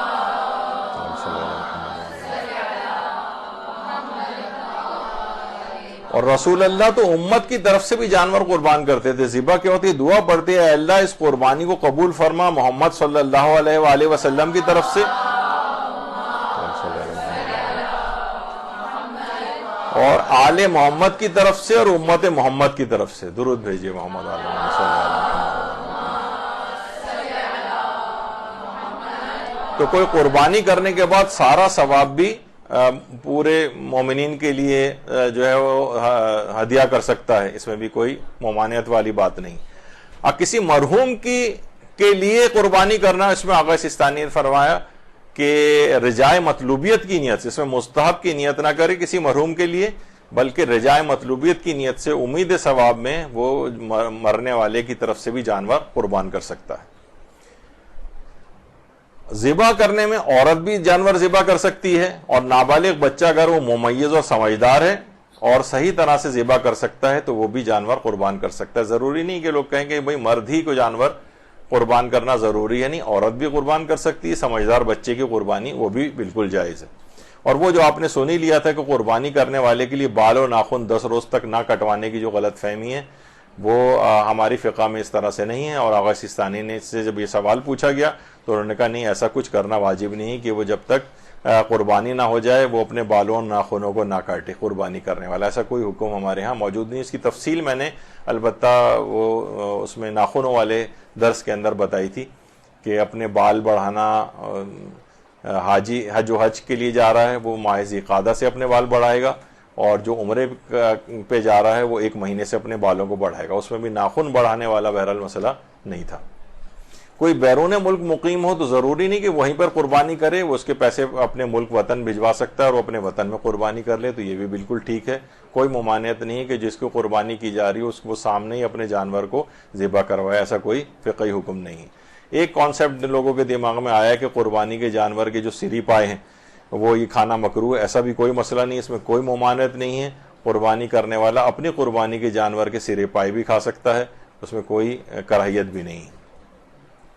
البتہ یہ ضرور احتیاط والی بات ہے کہ اس میں بہت زیادہ کھا پی کر اپنے دل کو مردہ کرنا، فصلیں تباہ ہو جاتی ہیں، بہرحال یہ جس طرح سے روایت میں کہا گیا ہے، تو اس میں اعتدال کا دامن ہاتھ سے نہیں چھوڑنا چاہیے۔ حضرت لقمان نے بھی اپنے بیٹے کو بہت نصیحت کی تھی، اور ظاہر ہے کہ اس سے پھر عبادتیں وغیرہ بھی اس کے لیے اعضاء و جوارح عبادت کے لیے آمادہ نہیں ہوتے ہیں۔